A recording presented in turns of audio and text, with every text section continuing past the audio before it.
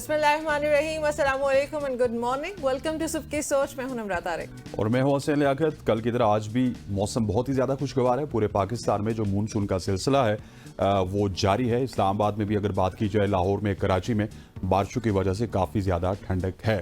बारिशों की वजह से ठंडक है, वरना दीगर हालात अगर पाकिस्तान के देखे जाए तो बिल्कुल भी कोई ठंडक नहीं है। बहुत ही ज़्यादा गर्मी चली जा रही है। एनी हाउ, पंजाब काबीना की स्टैंडिंग कमेटी इससे पहले मैं एक जिक्र करना चाहता हूँ, अगर आपकी इजाजत हो तो। जरूर। अब जाहिर है आपने इजाजत मांगी आपसे। निम्रा, हमारे यहाँ पता नहीं क्या वजह है कि हमारे जो फेसबुक की कम्युनिटी है, ट्विटर की कम्युनिटी है या फिर इंस्टा की कम्युनिटी है, वो लोगों को ट्रोल करना शुरू कर देते हैं। मैं पिछले 2 दिन से देख रहा हूँ कि पेरिस ओलंपिक्स में टोटल 7 एथलीट्स गए जहाँ पे 25 करोड़ आवाम थी, और उस 7 लोगों को हमें अप्रिशिएट करना चाहिए। ये नहीं कहना चाहिए कि वो आखिरी नंबर पे आए, 25वें नंबर पे आए। हालांकि ये भी गलत हकीकत है। 25वें नंबर पे वो आए ज़रूर हैं, लेकिन उनसे पीछे भी कुछ लोग मौजूद थे। तकरीबन 4 लोग उनसे पीछे मौजूद थे। इसके अलावा जो दूसरे स्विमर हैं, वो दुनिया में सिर्फ 5 लोगों ने उस स्विमिंग कॉम्पिटिशन में हिस्सा लिया और एक स्विमर उसमें पाकिस्तानी था। सो ये जो 7 लोग हैं, ये अपनी एफर्ट से वहाँ पे गए।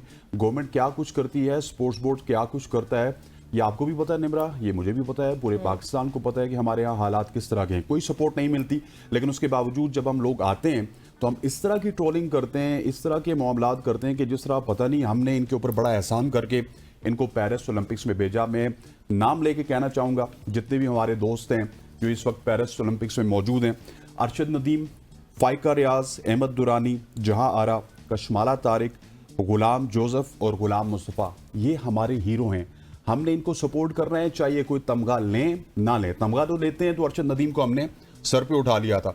तमगा ना ले तो ट्रोलिंग स्टार्ट हो जाती है। बिल्कुल ऐसी है। चलें, आपका मैसेज एक बार मैं भी रिपीट कर देती हूँ जी। ट्रोलिंग बिल्कुल भी नहीं करनी है, चाहे किसी किस्म की भी हो। ये तो चले ओलंपिक्स की बात हो रही है, वैसे भी अमूमी तौर पे हमारे यहाँ कोई छोटी सी भी बात होती है और हम उसको इतना बड़ा बिखेड़ा बना देते हैं, और फिर उस पर सोशल मीडिया पे खास तौर पे हमें उसके खिलाफ बहुत ही बड़े बड़े किस्म के मसाइल नजर आते हैं। तो इन चीज़ों को अवॉइड करना चाहिए। अगर आपके पास सोशल मीडिया तो उसका पॉजिटिव इस्तेमाल करें।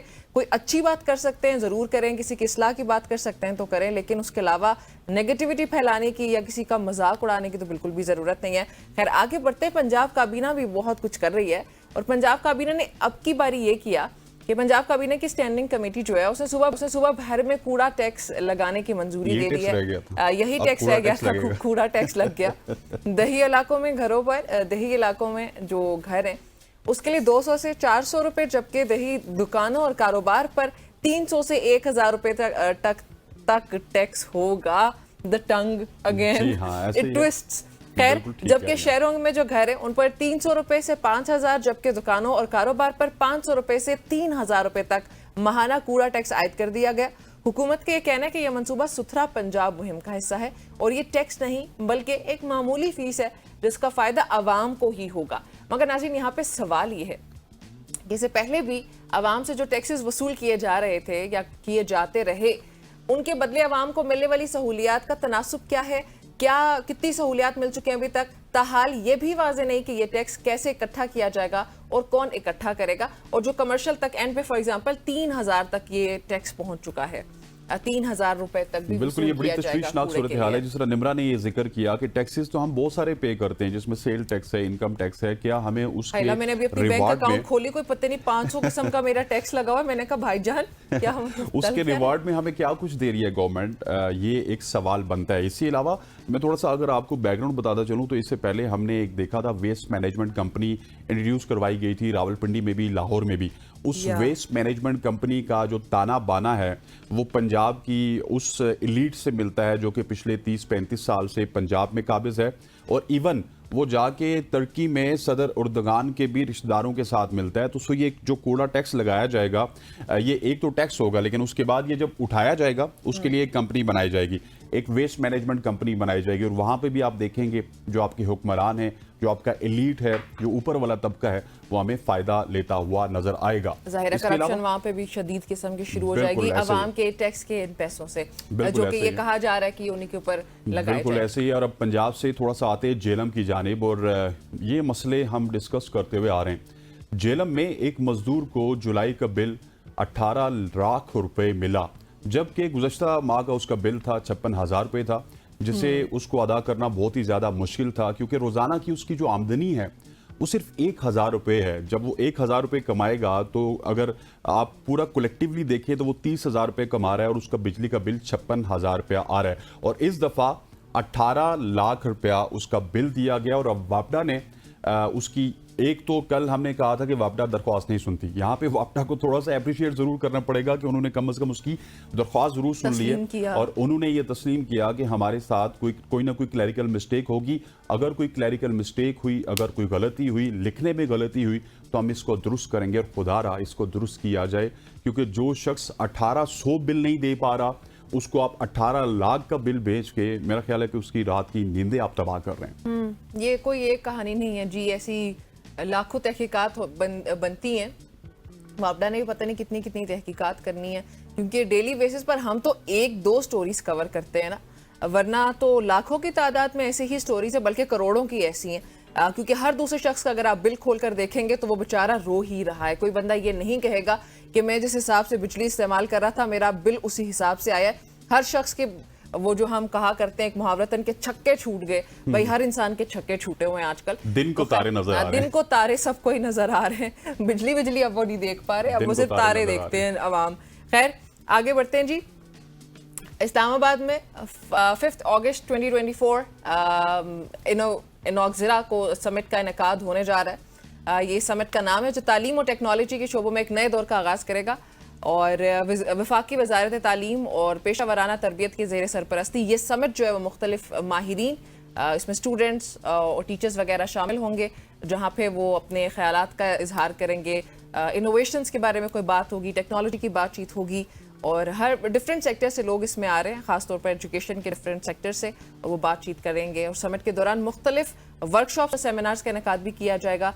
शुरका जो हैं उनके लिए बहुत मुस्तफ़ीद वो होने जा रहे हैं, क्योंकि काफ़ी सारी स्किल्स ऐसी हैं जो वो इस मौके से मुस्तफ़ीद होते हुए सीख सकते हैं। बिल्कुल ऐसी है, इस समिट पे जाएं। If you are from Islamabad, आप बता रही हैं और निम्रा ने जिस तरह आपको डिटेल में बताया, और हम अपने प्रोग्राम में भी काफ़ी ज़्यादा डिस्कस कर चुके हैं निम्रा इस चीज़ को कि हमें जो आईटी सेक्टर है, तालीमी शोबे हैं, इनमें अब एक्सेल करने की ज़रूरत है। और ये जो सेमिनार है बेसिकली ये तलबा को, असातिज़ा को, जो स्टूडेंट हैं, टीचर हैं, एक तो उनका इंटरेक्शन करवाएगा, फिर डिफरेंट शोबों के माहिरीन इस सेमिनार में शिरकत करेंगे। अगर आप अपने शोबे की एक्सपर्ट हैं तो आपसे जो मैस कम्युनिकेशन के स्टूडेंट्स हैं वो आपसे पूछ सकते हैं कि आप इस स्टेज पे किस तरह पहुंची हैं। इसी तरह से आईटी का जो एक्सपर्ट है वो आईटी स्टूडेंट आके उससे पूछ सकता है कि आप आईटी के इस यहाँ पे इतनी इलीट क्लास, आप इस कंपनी के चेयरमैन किस तरह बने। सो इस तरह के सेगमेंट्स होने चाहिए। आपने टेक का जिक्र किया तो ये भी तस्करा करती चलूं कि शरण फॉरेस्ट में 9 से 12 अगस्त तक अरसलान की सुपरविजन में, अरसलान साहब जो कि जिनका ताल्लुक कनेक्टेड पाकिस्तान से है, और वो भी एक टेक इवेंट का इनेकाद करने जा रहे हैं। वो टेक इवेंट बहुत ही ज़्यादा खास है इन द सेंस कि वहाँ पे बहुत सारे मेंटोर्स आपको मिलेंगे एंड ऑल्सो वो that is going to be so much fun. तो फन के साथ एनवायरनमेंट क्रिएट, पूरा माहौल बनाया जा रहा है उनकी तरफ से। कनेक्टेड पाकिस्तान की तरफ से, हाँ, कनेक्टेड पाकिस्तान पूरा माहौल क्रिएट कर रहे हैं। फिर उसके बाद वहाँ पे जो टेक इवेंट है उसमें बहुत सारे मेंटोर्स आपसे मिलेंगे। आपकी जो क्वेश्चंस हैं वो 1-on-1 अपने वो क्वेश्चंस आप उनसे पूछ सकते हैं, उनसे कुछ चीज़ें सीख सकते हैं। और सोशल मीडिया को कैसे रन करना है या फिर टेक को लेकर आगे किस तरह जाना है। टेक्नोलॉजी का दौर है तो वो टेक्नोलॉजी में जब तक हमारी एक्सपर्टीज नहीं होंगी तब तक आई डोंट थिंक सो कि we are going to excel. So excel करना है तो जरूर उस इवेंट को भी आप उसमें भी शरीक हो। बिल्कुल ठीक बात है। अब आगे चलते हैं, फुटबॉल की दुनिया से हम बात करते हैं। फुटबॉल के जो हीरोज हैं वो अक्सर अपने मैदान में कारकर्दगी से पहचाने जाते हैं, लेकिन इस दफ़ा मैक्सिको के मारूफ फुटबॉलर चिचारितो, जो कि हमारे प्यारे नबी हज़रत मोहम्मद सल्लल्लाहु अलैहि वसल्लम के बारे में अपनी अकीदत का इजहार कर चुके, चिचारितो ने आलम इस्लाम में शोहरत हासिल कर ली। उनके इस बयान ने मुसलमानों के दिल जीत लिए। लेकिन ये भी आपको बताता चलूँ कि जो चिचारितो हैं ये भी मुसलमान नहीं हैं, लेकिन उनको हज़रत मोहम्मद सल्लल्लाहु अलैहि वसल्लम की ज़िंदगी और उनके अखलाकियात से बहुत ज़्यादा मुतासिर होने का जिक्र किया गया। जितना मैं उनको जानता हूँ, ये उनका कहना है कि जितना मैं नबी अलैहिस्सलातु वस्सलाम को जानता हूँ उतना ही मैं उनके सब्र, शफकत और क़यादत की सलाहियतों से मुतासिर हूँ। चिचारितो ने बताया कि फ़ुटबॉल में चैलेंजेस और तनकीद का सामना करना पड़ता है और हज़रत मोहम्मद सल्लल्लाहु अलैहि वसल्लम की ज़िंदगी के उसूलों ने उन्हें ये सिखाया है कि आप साबित कदम रहें और दूसरों के साथ नरमी बरतने की मोटिवेशन आप अलैहिस्सलातु वस्सलाम की ज़िंदगी से उनको मिलती है? देखें, आप अलैहिस्सलाम सिर्फ मुसलमानों के लिए रहमत नहीं है, मशअल राह नहीं, वो रहमतुल लिल आलमीन है। ये मुराद है कि वो तमाम जहानों के लिए, हर एक शख्स के लिए, हर एक नस्ल के लिए जो है वो रहमत हैं। और उनकी जो बातें हैं वो या जो उनके अखलाकियात हैं, हमारे नबी की जो ज़िंदगी गुजारने का तरीक़ाकार है, वो सिर्फ मुसलमानों के लिए नहीं है। वो अगर कोई गैर मुस्लिम उसको सुनता है तो वो ज़रूर उससे इंस्पायर होता है। यही उनकी, आप कह सकते हैं कि एक असर है, उनकी पर्सनैलिटी का इतना असर है। खैर, आगे बढ़ते हैं। यूनिवर्सल पर्सनैलिटी है हमारे नबी रहमतुल लिल आलमीन, इसलिए उनको कहा जाता है। अच्छा जी, मोहम्मद अजीज़ जो कि रबात के कदीम शहर में सबसे पुराने किताब फरोश हैं, उनकी कहानी बेहद मुतासिर कुन है। अजीज़ की सिर्फ उम्र जो है वो सिर्फ 6 साल थी जब वो यतीम हुए। हाई स्कूल से ग्रेजुएशन का ख्वाब पूरा करने के लिए उन्होंने मछेरे का काम शुरू किया कि वो ग्रेजुएशन कर सकें, मगर 15 साल की उम्र में उन्हें यह हकीकत समझ आई कि वो अपनी तालीम मुकम्मल नहीं कर पाएंगे, क्योंकि निसाबी कुतुब बहुत महंगी थी, मतलब वो अफोर्ड नहीं कर सकते थे वो बुक्स। फिर बगैर डिप्लोमा के और गुस्से में ये जो अजीज़ शख्सियत हैं, अजीज़ इनका नाम है, इन्होंने किताब फरोशी का पेशा अख्तियार किया जो 50 साल से भी ज़्यादा अरसे पर मुहित है। अजीज़ कहते हैं, मैं यहाँ तब तक रहूँगा जब तक हर कोई पढ़ना नहीं सीख लेता। मैंने 4000 से ज़ायद किताबें पढ़ी हैं, यूँ मैंने 4000 से ज़ायद ज़िंदगियाँ जी हैं। हर किसी को ये मौका मिलना चाहिए। ये बहुत खूबसूरत बात उन्होंने की है, बहुत ही ज़बरदस्त बात। जिस तरह अजीज़ की कहानी है, अजीज़ की कहानी ऐसी है कि वो बेसिकली खुद पढ़ना चाहते थे, वो पढ़ नहीं सके। 6 साल की उम्र में वो यतीम हो गए। और पाकिस्तान की अगर बात की जाए तो पाकिस्तान में इस तरह के बहुत से अजीज़ आपको हर गली मोहल्ले शहर में मिलेंगे जो कि पढ़ लिख नहीं सकते। लेकिन अजीज़ से मोटिवेशन हमें निमरा ये मिलती है हमारे नाजरीन के लिए कि वो 6 साल की उम्र में मेहनत मजदूरी करते रहे, मछीरे बने, फिशरमैन बने, लेकिन उसके बाद 15 साल की उम्र में आके उनको रियलाइज़ ये हुआ कि वो शायद पढ़ नहीं सकते। और अल्टीमेटली वो अपने कंफर्ट जोन से बाहर निकले और उन्होंने ये किया निमरा कि उन्होंने उसके बाद सोचा कि अगर मैं नहीं पढ़ सकता तो मैं सारी कम्युनिटी को पढ़ा सकता हूँ। और फिर किताबों का काम शुरू किया। और ये सिर्फ 4000 जिंदगी उन्होंने, जो आपने बात की ना कि 4000 किताबें पढ़ी, 4000 जिंदगियां पढ़ी, लेकिन उन्होंने कई लाख जिंदगियां तब्दील भी की लोगों को किताबें फराहम कर। ये स्टोरी यहाँ पर शेयर करने का मकसद ये है कि हमारे मुल्क में ना ये रुझान बड़ा कम होता चला जा रहा है किताबें पढ़ने का। लाइब्रेरीज का जो एक रुझान हुआ करता था किसी हद तक, वो बिल्कुल ही हमने ख़त्म कर दी है। बहुत हद हो जाए तो हम फ़ोन पे कुछ खोल के पढ़ते। तो ये अब मोटिवेशन अजीज़ की शक्ल में हम आपको दे रहे हैं कि जो किताबें पढ़ने का रुझान है इसको ख़त्म मत करें। लाइब्रेरीज पे जाएं, किताबें पढ़ें। अगर लाइब्रेरीज नहीं जाते, कोई किताब ख़रीद लें, उसको पढ़ें, क्योंकि ये बहुत खूबसूरत एक अमल होता है और इस अमल से सबसे ज्यादा इंसान सीखता है। तो ये reading is very important. Reading is very important. मुझे ये बताइए कि आपको कितना एक घंटे सोती हैं आप? कितना शौक है आपको सोने का? 10 घंटे। आपसे भी ज्यादा एक शख्स सोता है, एक जानवर है जो आपसे ज्यादा सोता है। मैं उस जानवर की आपको बताता हूँ जी। कोहाल एक ऐसा सुस्त जानवर है जो अपनी लंबी नींद की वजह से मशहूर है। ये जानवर दिन में, हाँ देखिए, निम्रा 10 घंटे सोती है, लेकिन ये जानवर दिन में 22 घंटे तक सो सकते हैं। ये 2 घंटे और इसकी वजह मैं आपको बताता हूँ, उसकी वजह आगे कि इसकी वजह इनकी खुराक है। कोलास इनको कहा जाता है, कोला कहते हैं। ये यूकलिप्टस के दरख्त के पत्तों पर गुजारा करते हैं, जो कि हजम होने में मुश्किल है निमरा, और साथ ही उनमें इतनी तवानाई नहीं होती। सो वो फिर तवानाई को सेव करने के लिए वो 22 घंटे सो जाते हैं और 2 घंटे उठ गए। वो मेरे ख्याल है कि ये जो पत्ते हैं दरख्त के, इनको ढूंढते होंगे। Very cute. ये मेरा स्पिरिट एनिमल है। मैं भी इनकी पिक्चर्स भी देख रही हूँ जो विजुअल्स में आ रही हैं, बड़ी क्यूट है। तो वैसे अगर आपको खुद को किसी, अक्सर लोग होते हैं ना, वो कहते हैं कि यार जैसे मैंने कह दिया कि ये मेरा स्पिरिट एनिमल है, आपका स्पिरिट एनिमल कौन है? मैं अपना, आप ही खुद ही स्पिरिट हूं। खुद ही एनिमल खुद ही एनिमल है। अच्छा जी, वैसे नाज़रीन, हम हमेशा ये समझते हैं कि ये ऑक्सीजन समुद्री पौधे जो है वो फोटोसिंथेसिस के जरिए बनाते हैं, लेकिन क्या आप जानते हैं 5 किलोमीटर गहरे समंदर में जहां सूरज की रोशनी कभी नहीं पहुंचती, वहां समुद्री हयात कैसे जिंदा रहती है? अब मतलब अक्सर हमारे जहन में ये क्वेश्चन आता है। अभी मैं आपको बताती हूँ कि वैसे अगर इंसान चला जाए तो वो जिंदा नहीं रह सकता ना। तो ये भी बताना लाजमी है कि आप जो ही पानी से एक दफा डिप कर गए और अगर आप कुछ सेकंड के लिए आपने डिप किए रखा तो निमरा उसके बाद आपकी जान चली जाती है। लेकिन इसमें जो बात आप बताएंगे वो तो आप ही बताएंगे, लेकिन सवाल ये पैदा होता है कि ये जो खास दहाते जिनका आप जिक्र करेंगे, ये सिर्फ मेरा ख्याल है कि समुद्री हयात के लिए कारामद हो सकती हैं। अब आप ही बता दें। नहीं, आप बताएंगे आप। मतलब आपने वो स्पॉइलर इतना बड़ा किस्म का दे दिया तो मेरा पॉइंट ही नहीं बनता, लेकिन खैर चलें बताती हूँ कि गहरे समंदर में मौजूद धातें जो हैं वो एक जादुई केमियाई रद्द-ए-अमल से ऑक्सीजन पैदा कर रही होती हैं। और स्कॉटिश एसोसिएशन मरीन साइंस के प्रोफेसर एंड्रयू नाम है इनका, इन्होंने 2013 में पहली बार ये देखा था, लेकिन इब्तदाई तौर पर इसे नज़रअंदाज कर दिया गया। बाद में जब उन्हें इस दरियाफ्त की अहमियत का एहसास हुआ तो उन्होंने तहकीक की, रिसर्च की, उसके बाद मतलब ऑब्जर्व किया गया इन मेटल्स को जो कि समंदर के अंदर होती हैं। तो ये धातें जो है वो समंदरी पानी के साथ मिलकर हाइड्रोजन और ऑक्सीजन में तकसीम होती हैं।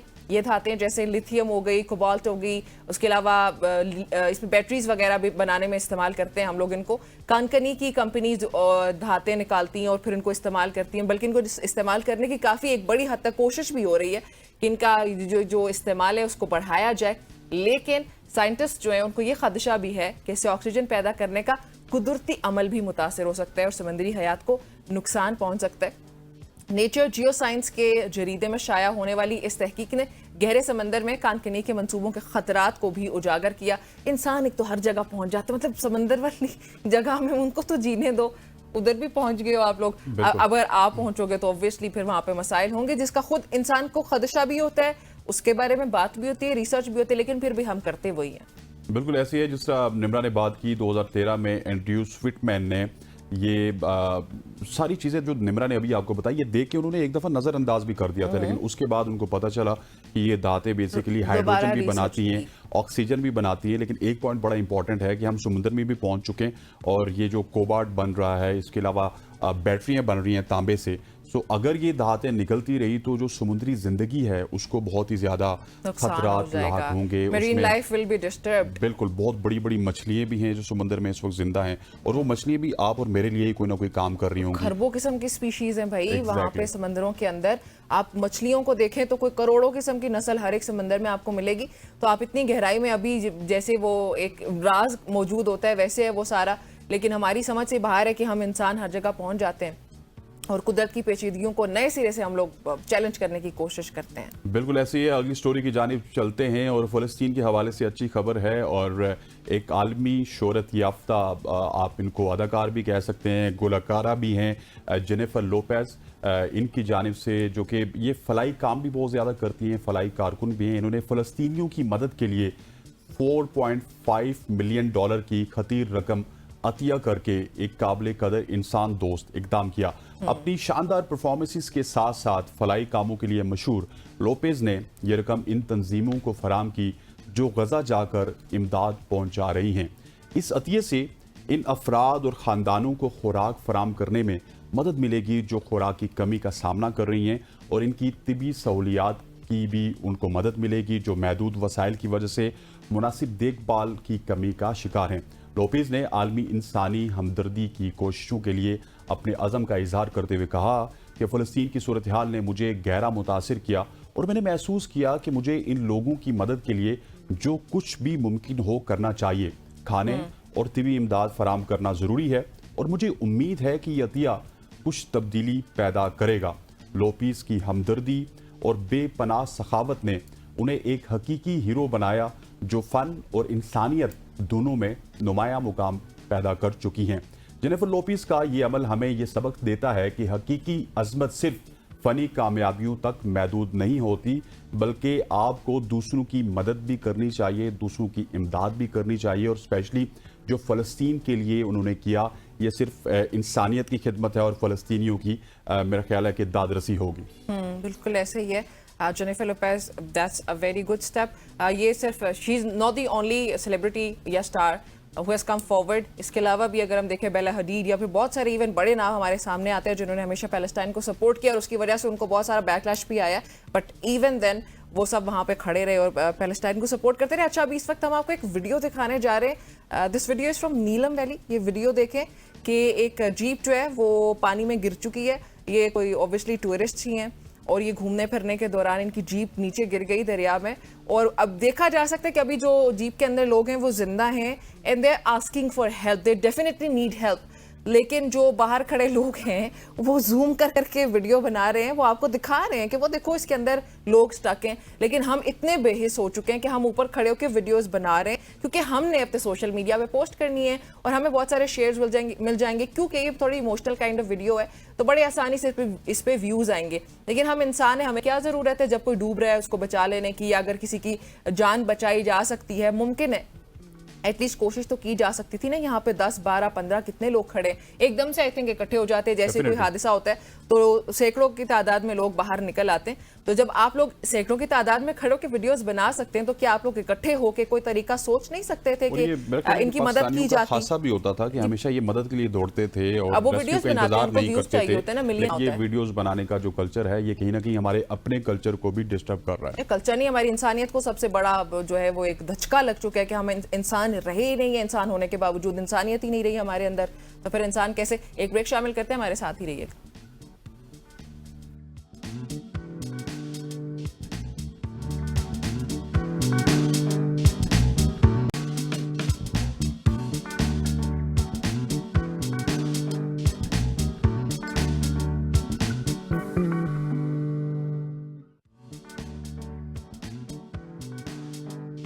Welcome back to show. अब हम बात करेंगे एक ऐसे इशू की जो कि अब पाकिस्तान में बहुत ज़्यादा सर चढ़ के बोल रहा है।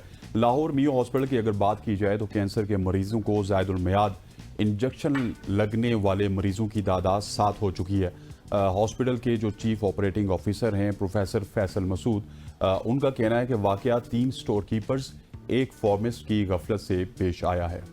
बिल्कुल, फार्मासिस्ट की गफलत से ये मसला पेश आया। प्रोफेसर फैसल मसूद ने यह भी बताया कि तमाम मरीजों को राबता करके हॉस्पिटल बुलाया गया। तीन मरीज उस वक्त मियो हॉस्पिटल में दाखिल है, इस वक्त जो है वो हॉस्पिटल में दाखिल है। तमाम पेशेंट्स को मुख्तलिफ तारीखों में ये एक्सपायर्ड इंजेक्शंस लगे और ये एक्सपायर्ड इंजेक्शंस लगने से मरीजों के दिल पर असर हुआ, ये इसके दिल पर असर कर सकता है। तमाम मरीजों की हालत इस वक्त अभी नॉर्मल बताई जा रही है। नुमान का केस भी हमारे सामने आया जो कि माजूर हुए ये इंजेक्शन लगने की वजह से, और उनकी मदर को जब पता चला, ईद का मौका था, उनको जब पता चला तो उनकी वफात भी हुई थी सदमे से। बिल्कुल ऐसी है। इसी हवाले से बात करेंगे निम्रा, एक बड़ी दिलखराश वाकया है। हमारे साथ मौजूद हैं हमारे लाहौर से रिपोर्टर अली नासिर। अली, सबसे पहले ये क्या वाकया है और क्या इस हवाले से अब तहकीकात हो रही हैं और जिन लोगों ने ये काम किया है उनको तो कड़ी से कड़ी सजा मिलनी चाहिए? जी बिल्कुल, अभी कुछ ही रोज़ पहले मियो अस्पताल के अंदर जो एक एक्सपायरी इंजेक्शन का जो वाकया है उसकी कुछ तफसीलात इस तरह है कि 5 मरीजों को हस्पताल इंतज़ामिया के मुताबिक जो उन्होंने रिपोर्ट दिया कि 5 ऐसे मरीज़ हैं जिनको एक्सपायरी इंजेक्शन लगा। उसके अंदर एक फरजाना बीबी है, बुशरा बीबी है, शाहीन बीबी है, शमाइला बीबी है, उम्मे कलसूम है, इसके अलावा यूसरा इकबाल है और अली हमीद है। ये वो पेशेंट हैं जो अस्पताल इंतज़ामिया के मुताबिक जिनको एक्सपायरी इंजेक्शन लगा है और अब इनको हॉस्पिटल के अंदर जो मुतलका वार्ड है उसके अंदर इनको एडमिट कर लिया गया है।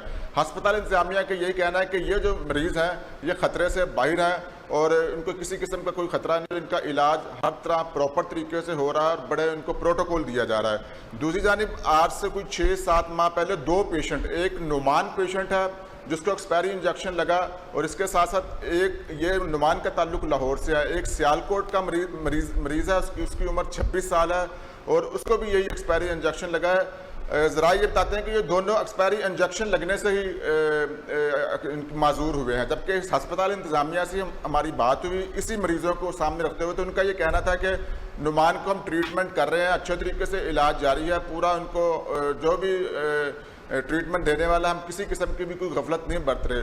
वो ये चीज़ मानने से इनकार कर रहे हैं कि नुमान को एक्सपायरी इंजेक्शन लगने से नहीं बल्कि वो जिस मर्ज़ के अंदर मुब्तला वजह से ये सारी चीज़ें सामने आई हैं। जबकि नुमान के जो पेरेंट्स हैं वो ये कहते हैं कि ये इंजेक्शन लगा था अक्टूबर 2023 के अंदर और उसके रिजल्ट 9 माह 10 माह बाद आए। और इसी तरह जो सियालकोट की एक मरीज़ है जिसका नाम सदीका है, उसको भी 1 साल पहले इंजेक्शन लगा है। अब उसको 1 साल के बाद उसकी टांगें मुकम्मल माजूर हो गई हैं और उनके घर वालों ने पूरा यानी कि अपनी बच्ची को इलाज के लिए जितना खर्चा था वो लगा दिया और अब वो बड़े परेशान सूरत हाल के अंदर बैठे हुए हैं। दूसरी जानिब MS म्यू हॉस्पिटल जो फैसल मसूद है उनका ये कहना है कि हमने रिपोर्ट जो इंक्वायरी कमेटी है वो बना दी हुई है।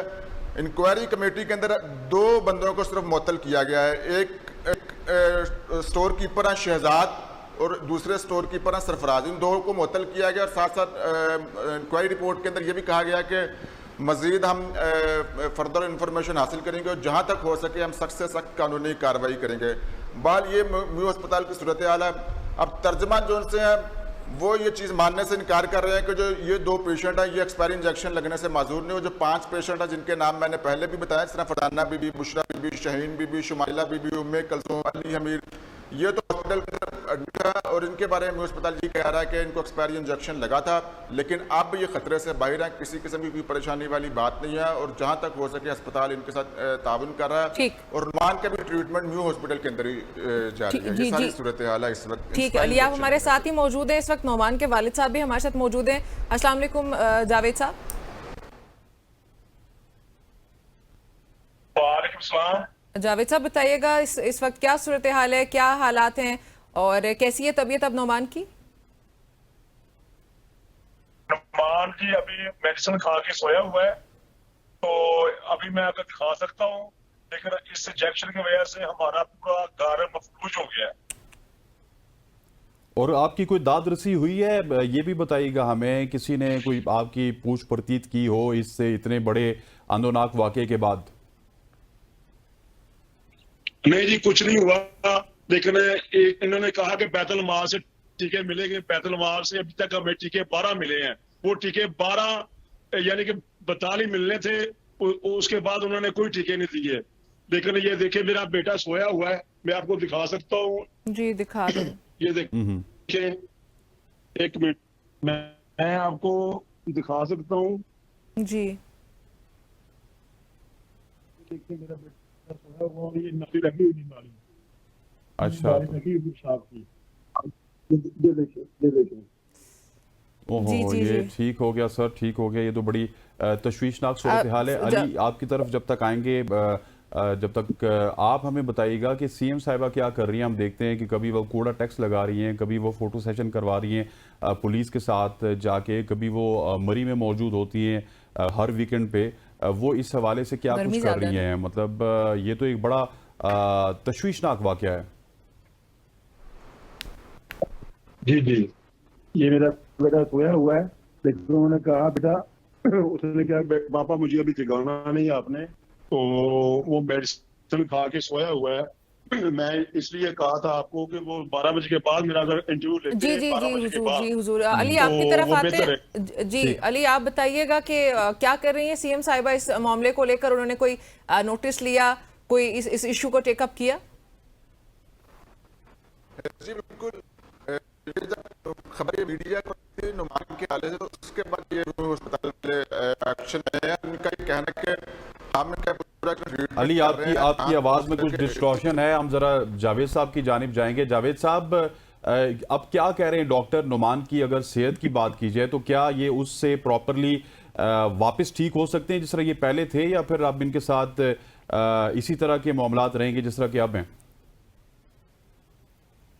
ये तो अल्लाह ने करना है जी बच्चों को ठीक है, लेकिन डॉक्टर अगर हिम्मत करे तो जो टीके इन्होंने कहा था बैतुल माल से मिलने हैं, अगर वो टीके मिल जाएं तो हो सकता है हमारे बच्चे ठीक हो जाएं।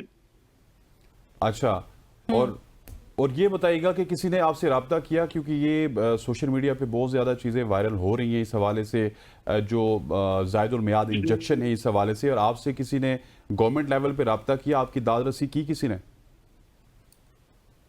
नहीं सर जी, किसी ने रब्ता नहीं किया अभी तक, लेकिन हो सकता है कि 1-2 दिन तक रब्ता हो जाए, क्योंकि मुझे बहुत ज्यादा चैनलों से फोन आ रहे हैं। हमारा कारोबार भी सारा खराब हो गया है, हम बड़े परेशान हैं।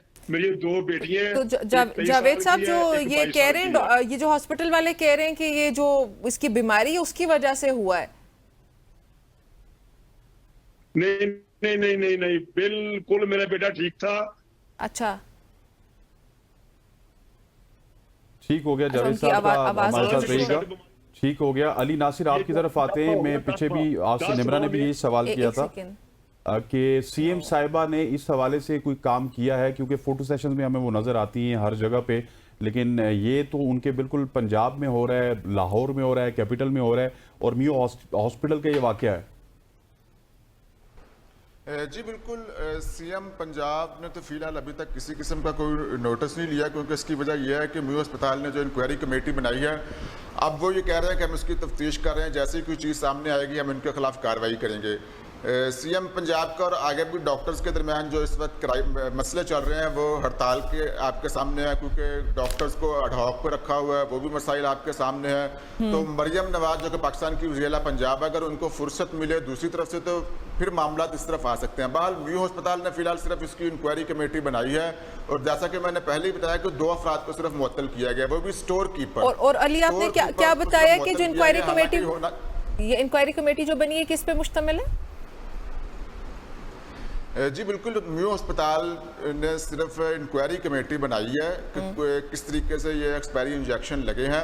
तो उसके अंदर जो अब तक की जो सामने आ रही है वो सिर्फ 2 अफराद को मुअत्तल किया गया, वो भी स्टोर कीपर हैं। होना तो ये चाहिए था कि स्टोर कीपर के साथ साथ किस तरीके से वो इंजेक्शन लगे हैं, एक्सपायरी इंजेक्शन, वो डॉक्टर्स भी जिम्मेदार थे, एमएस खुद भी जिम्मेदार था, पूरे का पूरा अमला लेकिन जिम्मेदार इसके है। बावजूद उन्होंने इंक्वायरी कमेटी बना दी, जो निचला अमला उसको उन्होंने मुअत्तल कर दिया, शहजाद और सरफराज को। बाकी अभी उसको चंद दिन गुजर चुके हैं, लेकिन उसके बाद फर्दर कोई भी पेशरफ्त नहीं हुई कि क्या किया है इन्होंने। और अलबत्ता उन्होंने सिर्फ ये स्टेटमेंट दे दिया कि 5 पेशेंट थे, वो बिल्कुल रिकवर हो रहे हैं, बिल्कुल ठीक हैं, अस्पताल उनको पूरी तरह से इनको देखभाल कर रहा है और वो खतरे से बाहर हैं। और जो 2 पेशेंट जो माजूर हो गए, इसकी जिम्मेदारी म्यू अस्पताल नहीं उठा रहा। वो कह रहे हैं कि नहीं ऐसी कोई बात नहीं है, इनको एक्सपायरी इंजेक्शन नहीं लगा।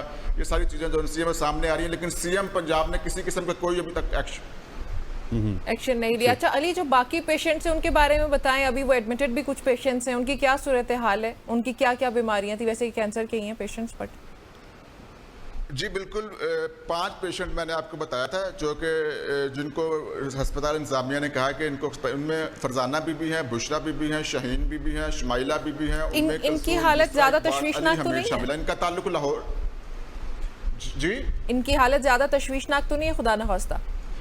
अब नहीं, ये खतरे से बाहर हैं, ये खतरे से बाहर हैं। इनकी हालत किसी किस्म भी खतरे में नहीं है, क्योंकि ये अस्पताल की मुतलका वार्ड में अस्पताल इंतजामिया इनको देख रही है। इन्हीं की वजह से जो इनकी इंक्वायरी कमेटी बनी है, जब इनको पता लगा कि इनको एक्सपायरी इंजेक्शन लगे हैं, यही चीज़ें थी। जब मीडिया ने उसके ऊपर काम शुरू किया तो पता लगा कि 2 पेशेंट ऐसे भी हैं जिनको 1 साल पहले इंजेक्शन लगा था, वो अब मजूर हो रहे हैं, क्योंकि एक्सपायरी इंजेक्शन जब लगता है इसके रिजल्ट थोड़ा सा टाइम गुजरता तो होने लगते हैं। 7-8 माह बाद ये अपना असर दिखाने लगती है। अगर फिलफोर उस पर इसका इलाज शुरू कर दिया जाए तो हो सकता है कि मरीज बच जाए। यही वजह है कि इनको हॉस्पिटल के अंदर एडमिट किया गया, और ये अभी भी कुछ दिनों से अस्पताल के अंदर ही एडमिट है। डॉक्टर्स का यही कहना है कि जब तक ये मुकम्मल तौर पर रिकवर नहीं हो जाएंगे हम इनको जाने नहीं देंगे। अब जो 2 पेशेंट हैं इनको 7-8 माह के बाद ठीक हो गया। अली हमारे साथ रहिएगा, मैं जरा जावेद साहब की जानिब जाता हूं जो कि वालिद है नुमान के। जावेद साहब, आखिर में आपसे पूछना चाहूंगा कि जो लोग आपके बेटे की इस हालत के अंदर मुलविस रहे, उनके हवाले से आप क्या गवर्नमेंट से दरख्वास्त करेंगे? अगर गवर्नमेंट का कोई शख्स आपको सुन रहा हो कि उनको क्या सजा मिलनी चाहिए? सजा क्या देना जी, इन्होंने मुअत्तल करना है, इनके बाद दोबारा इन्होंने फिर अपनी ड्यूटी पे आ जाना है। हम किसी को सजा देना नहीं चाहते, हम चाहते हैं कि हमारे बच्चों का इलाज हो जाए, हमारे बच्चे फिर अपने कदमों पे खड़े हो जाएं। हमारे बच्चे खुद पैदल गए थे, अपने कदमों में चल के गए थे अस्पताल में। जब इन्होंने नाली लगाई है पेशाब की, उसके बाद ये बच्चे बिल्कुल मफलूज हो गए हैं। हमारे बच्चे को 4था टीका लगा है, और एक सियालकोट की बच्ची है उसको लगा 12वां टीका जी। और ये एक लगा 2 एक गुजरावाला का आदमी है उसको लगे है 2रा टीका। ये टीके की वजह से ये सारा काम हुआ है जी। ठीक हो गया, चलें जी, अल्लाह करे कि आपकी दादसी भी हो और जो आपका बेटा है उसको अल्लाह जल्द अज जल्द सेहत आए। अली और जावेद साहब, आप दोनों का बहुत बहुत शुक्रिया। जी बिल्कुल, दुआएं हमारी नुमान के लिए भी और बाकी सारे जो लोग बीमार हैं उन सब के लिए भी, और साथ ही जो लोग जिम्मेदारान हैं इनको तो फौरी तौर पर सजा मिलनी चाहिए। यहाँ पे हम एक ब्रेक शामिल करने लगे, आपने हमारे साथ ही रहे।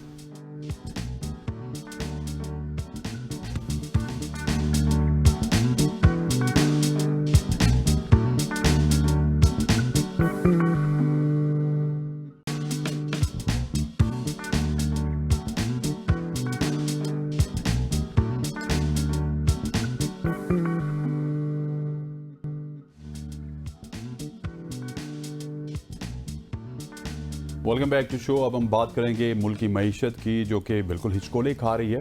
अगर आईपीपीज़ की बात की जाए तो आईपीपीज़ ने मुल्क को बंद गली में पहुंचा दिया और नेपरा का बिजली निजी शोबे को देने पर गौर शुरू है और इसके हवाले से फैसला आज होगा। लेकिन दूसरी तरफ जो बातें हमारे वफाकी वजीर तवानाई अवैस लगारी कर रहे हैं, वही हमें ये बता रहे हैं कि आईपीपीज़ के मुआहिदों को किसी सूरत तब्दील नहीं करेंगे। मतलब वो इम्प्लीमेंट कर रहे हैं, ये तो नहीं कह रहे कि तब्दील नहीं हो सकते, लेकिन हम बता रहे हैं कि ये तब्दील नहीं करेंगे और बिजली की कीमत में कमी के लिए इक़दाम कर रहे हैं। आईपीपी से कैपेसिटी अदायगियों से मुतालिक मुज़ाकरात किए जा सकते हैं। बिल्कुल, इस पे बात करने के लिए खाकान अजीब साहब हमारे साथ मौजूद है। खाकान साहब अस्सलाम वालेकुम। वालेकुम अस्सलाम जी। खाकान साहब, आज फैसला होने जा रहा है। आईपीपीज़ ने मुल्क को वैसे तो बंद गली में पहुंचा, अब नेपरा का बिजली जो है निजी शोबे को देने का ये फैसला, इस पे इसको कैसे देखते हैं आप? देखिए, एक तो बात बड़ी क्लियर है कि हम एक एरिया को जो कि definitely I think needs improvement, the IPPs on the cost side of the electricity production, but जो पाकिस्तान में एनर्जी का चैलेंज है एज अ होल, एनर्जी का मतलब है पावर, पेट्रोलियम, गैस, पानी, यानी कि जब हम इसको ओवरऑल देखते हैं, ये एक गवर्नेंस का इशू है। इसमें जो आईपीपीज़ का मसला है वो यूं है कि जो 52% बिजली है वो तो बनाती ही स्टेट है, यानी कि गवर्नमेंट ओन्ड प्लांट्स हैं, उनको अलहदा कर दें।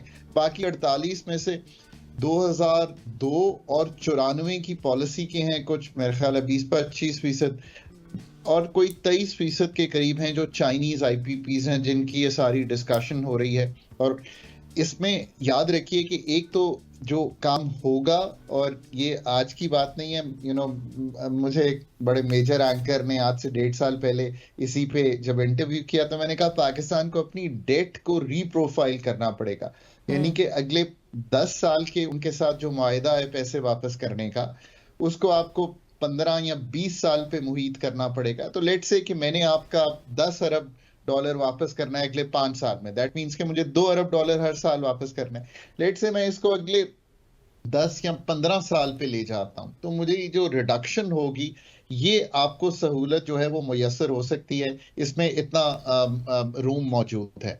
नंबर 2, अगर आप आगे बढ़ना चाहते हैं तो आप इनका एक फोरेंसिक ऑडिट करा लीजिए। आप ये कराने की तो फिर भी जरूरत नहीं है, इससे पहले भी बड़े स्टेप्स हैं। मैं हमेशा कहता हूं कि मुल्क का जो वकार है उसको अगर सामने रख के चलेंगे, तो आप ये देखिए कि जब कोल पावर प्लांट लगे थे, for example 3 coal power plants CPEC के अंडर आई थिंक लगे, तो आपने उस वक्त जो टैरिफ उनके साथ तय किया, was it competitive with the world tariff? आप खुद जाके ये रिसर्च कर लीजिए। अब ये रिसर्च करने के लिए हुकूमत को रिसर्चर्स चाहिए होंगे ना।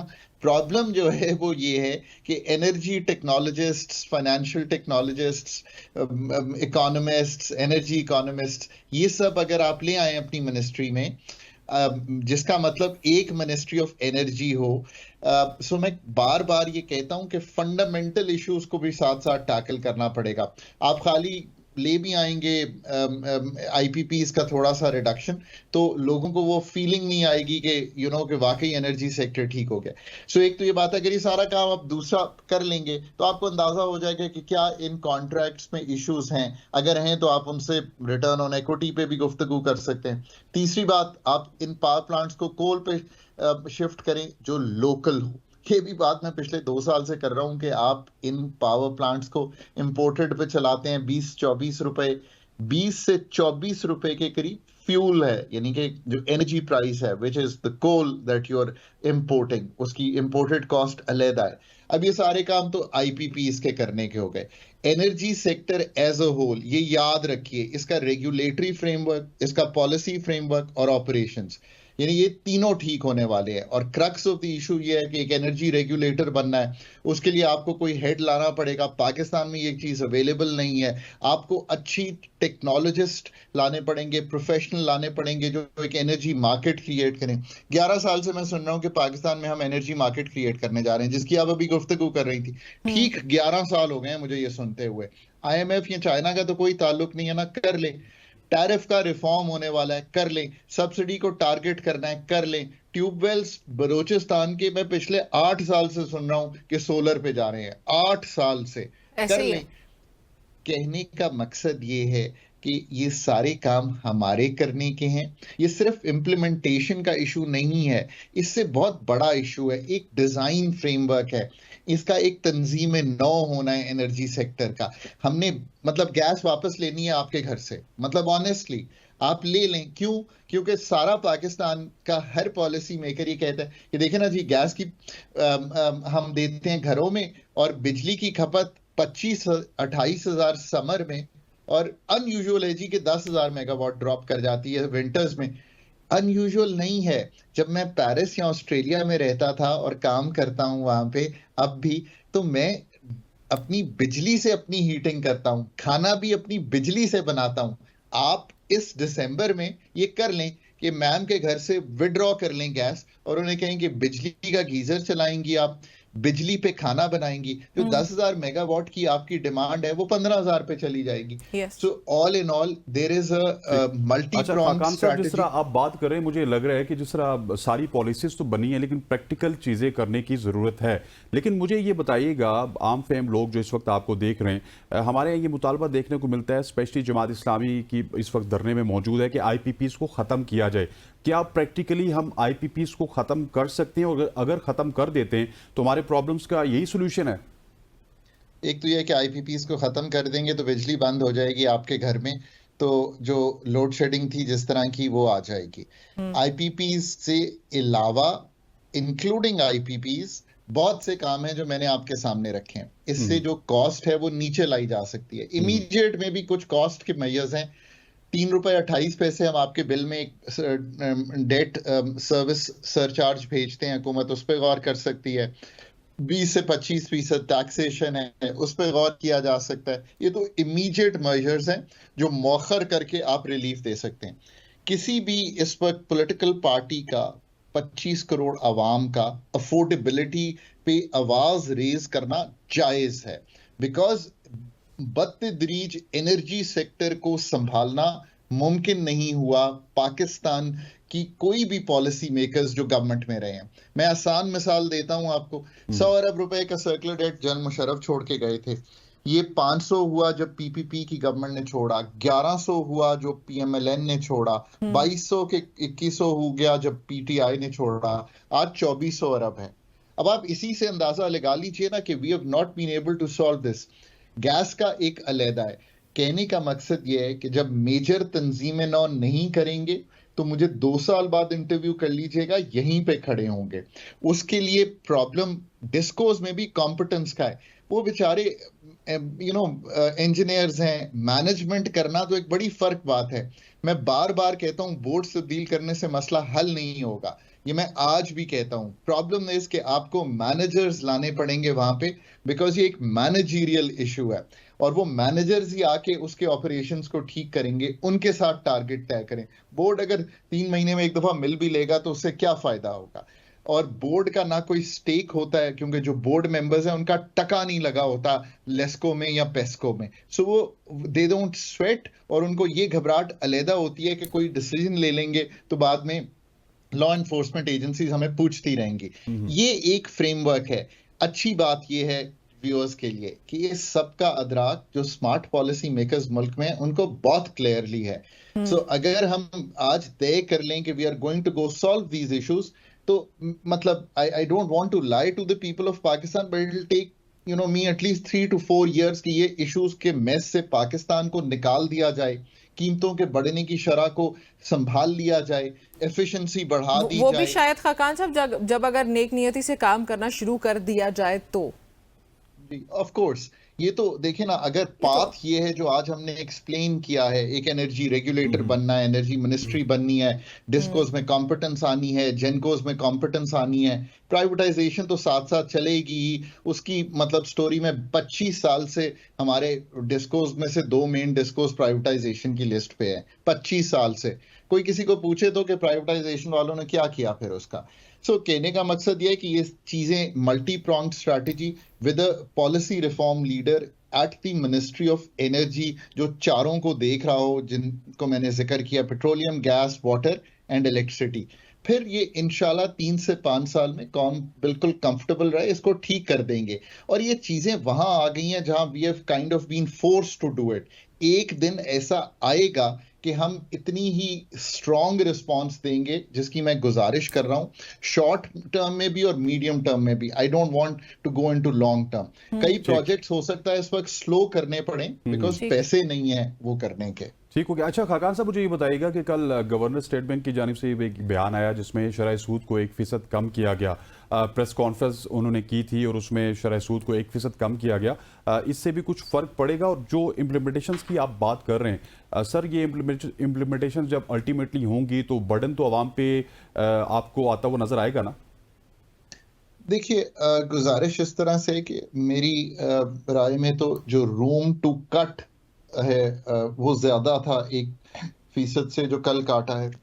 एक्सेसिवली आई थिंक केयरफुल हो रही है ना सिर्फ पाकिस्तान की अथॉरिटीज, बल्कि बिकॉज हम IMF के साथ इंगेज्ड हैं और मुझे ये मालूम है कि उसमें कितना हाथ IMF की मॉडलिंग का होता है इन सब चीज़ों में। पाकिस्तान का रियल रेट यानी कि 12-13% पे इन्फ्लेशन है, फॉरवर्ड लुकिंग भी यही कह रहे हैं, तो 19% पे आपने अपना पॉलिसी रेट रखा हुआ है, 6% रियल रेट है positive. I think it's a big one. Room to cut ज्यादा है पाकिस्तान पे। लेट्स होप के नेक्स्ट जो पॉलिसी सितंबर में हो उसमें 1% कट जाए। वी कैन मूव, रुपया स्टेबल है, सो रुपए को भी नहीं डिफेंड करना, करंट अकाउंट भी इकोनॉमी को स्लो करके नीचे आ गया है। सो सब चीजें जो हैं वो आपकी फेवर में है अगर आप काटना चाहेंगे रेट। पाकिस्तान को काटने की क्यों जरूरत है? बिकॉज इकोनॉमी काफी हद तक स्लो हो गई है। स्टैगफ्लेशन, इसका मतलब है हाई इन्फ्लेशन, तीसरा साल है डबल डिजिट इन्फ्लेशन देखेंगे। अनएम्प्लॉयमेंट बढ़ रही है। ग्रोथ का ये आलम है कि 1.7% की 3 साल की एवरेज ग्रोथ है, 2.5-3% की तो पॉपुलेशन ग्रोथ है। सो ये सब चीजें देखते हुए room to cut I think is there. It was there last time, it is there now. Forward looking inflation भी संभली हुई है। कोई ऐसा सिग्निफिकेंट रिस्क नहीं है, मैक्रो स्टेबिलिटी है। सो आई रियली होप कि इसको और काटेंगे, बट जो इस वक्त आई है एक कट, उससे आई होप के बिजनेसेस जो हैं वो थोड़े से एक्साइट होंगे, इन्वेस्ट करेंगे, डोमेस्टिकली भी प्राइवेट सेक्टर क्रेडिट बढ़ेगा। ये सब कुछ करने की जरूरत है बिकॉज बहुत ही स्लो हो गई है ग्रोथ। और एग्रीकल्चर इस साल जो अभी शुरू किया है उसमें भी स्लो रहेगा बिकॉज लास्ट ईयर अच्छी ग्रोथ हुई थी। तो ओवरऑल ग्रोथ अगर 3% के इर्द गिर्द रहती है तो ये पाकिस्तान के लिए कतई तौर पे it's not enough. And growth को छोड़ते हुए पाकिस्तान के पास कोई और चारा नहीं है अपनी एम्प्लॉयमेंट क्रिएट करने का इस मुल्क में। अच्छा सर, जो रिपोर्ट्स आई हैं क्रेडिट रेटिंग्स भी पाकिस्तान की बढ़ी है, मतलब ये आप ये कह सकते हैं कि रियल मानों में बढ़ी है या ये भी बस वैसे ही नंबर का हेर फेर है? देखिए, CCC से CCC+ हो गई है। लास्ट टाइम IMF का 13 का जब प्रोग्राम हुआ था 10 जुलाई को, CCC- से CCC हो गई थी। Pakistan has a long way to go to get to B-, जहां पे मेरा ख्याल है हम कोई बॉन्ड फ्लोट करेंगे। सो डायरेक्शनली यस, मैक्रो स्टेबिलिटी और IMF का प्रोग्राम और एक्सटर्नल जो हमारी सिचुएशन है उसका कंफर्टेबल होना जो है उसकी ये वजह है। इसको कंटिन्यू करना पड़ेगा। सारा कुछ जो भी इस वक्त आपके सामने है वो IMF एंगेजमेंट उसमें बहुत बड़ा रोल प्ले कर रही है। IMF एंगेजमेंट से ही एक कॉन्फिडेंस आ रहा है, बट IMF आपको सिर्फ टाइम एंड स्पेस लेके दे रहा है। जब तक वो कलीदी गुफ्तगू एनर्जी, टैक्स, एक्सपेंडिचर और पाकिस्तान का डीरेगुलेशन, इन 4 चीजों पे आप नहीं करेंगे जो हमने करने हैं, तो ये जो मैक्रो स्टेबिलिटी है जिसकी वजह से फिच की आपको एक प्लस रेटिंग मिल गई है, यानी कि CCC पे थे उसको CCC+ मिल गया है। सो you know it is far away from where we want to get, but directionally truly it is in the right direction. Let's hope कि ये सारी चीजें हों, but fundamentals बहुत कंफर्टेबल नहीं है पाकिस्तान के, इन पे बहुत काम करना चाहिए। और ये जो छोटी छोटी री-रेटिंग्स हैं इनसे अभी मसला हल होगा। चलें जी। Thank you so very much for joining us Khaqan साहब, आपका बहुत शुक्रिया। We are hoping for the best. नाज़रीन, गुफ्तगू आपने एंड वी होप सो कि इंशाल्लाह हालात बेहतरी की जानिब ही जाते जाएंगे फ्यूचर में। हमारी गवर्नमेंट अब तो थोड़ी बहुत स्टेबल होना शुरू हुई है। खैर, यहाँ पे एक ब्रेक शामिल करने लगे, आपने हमारे साथ ही रहना।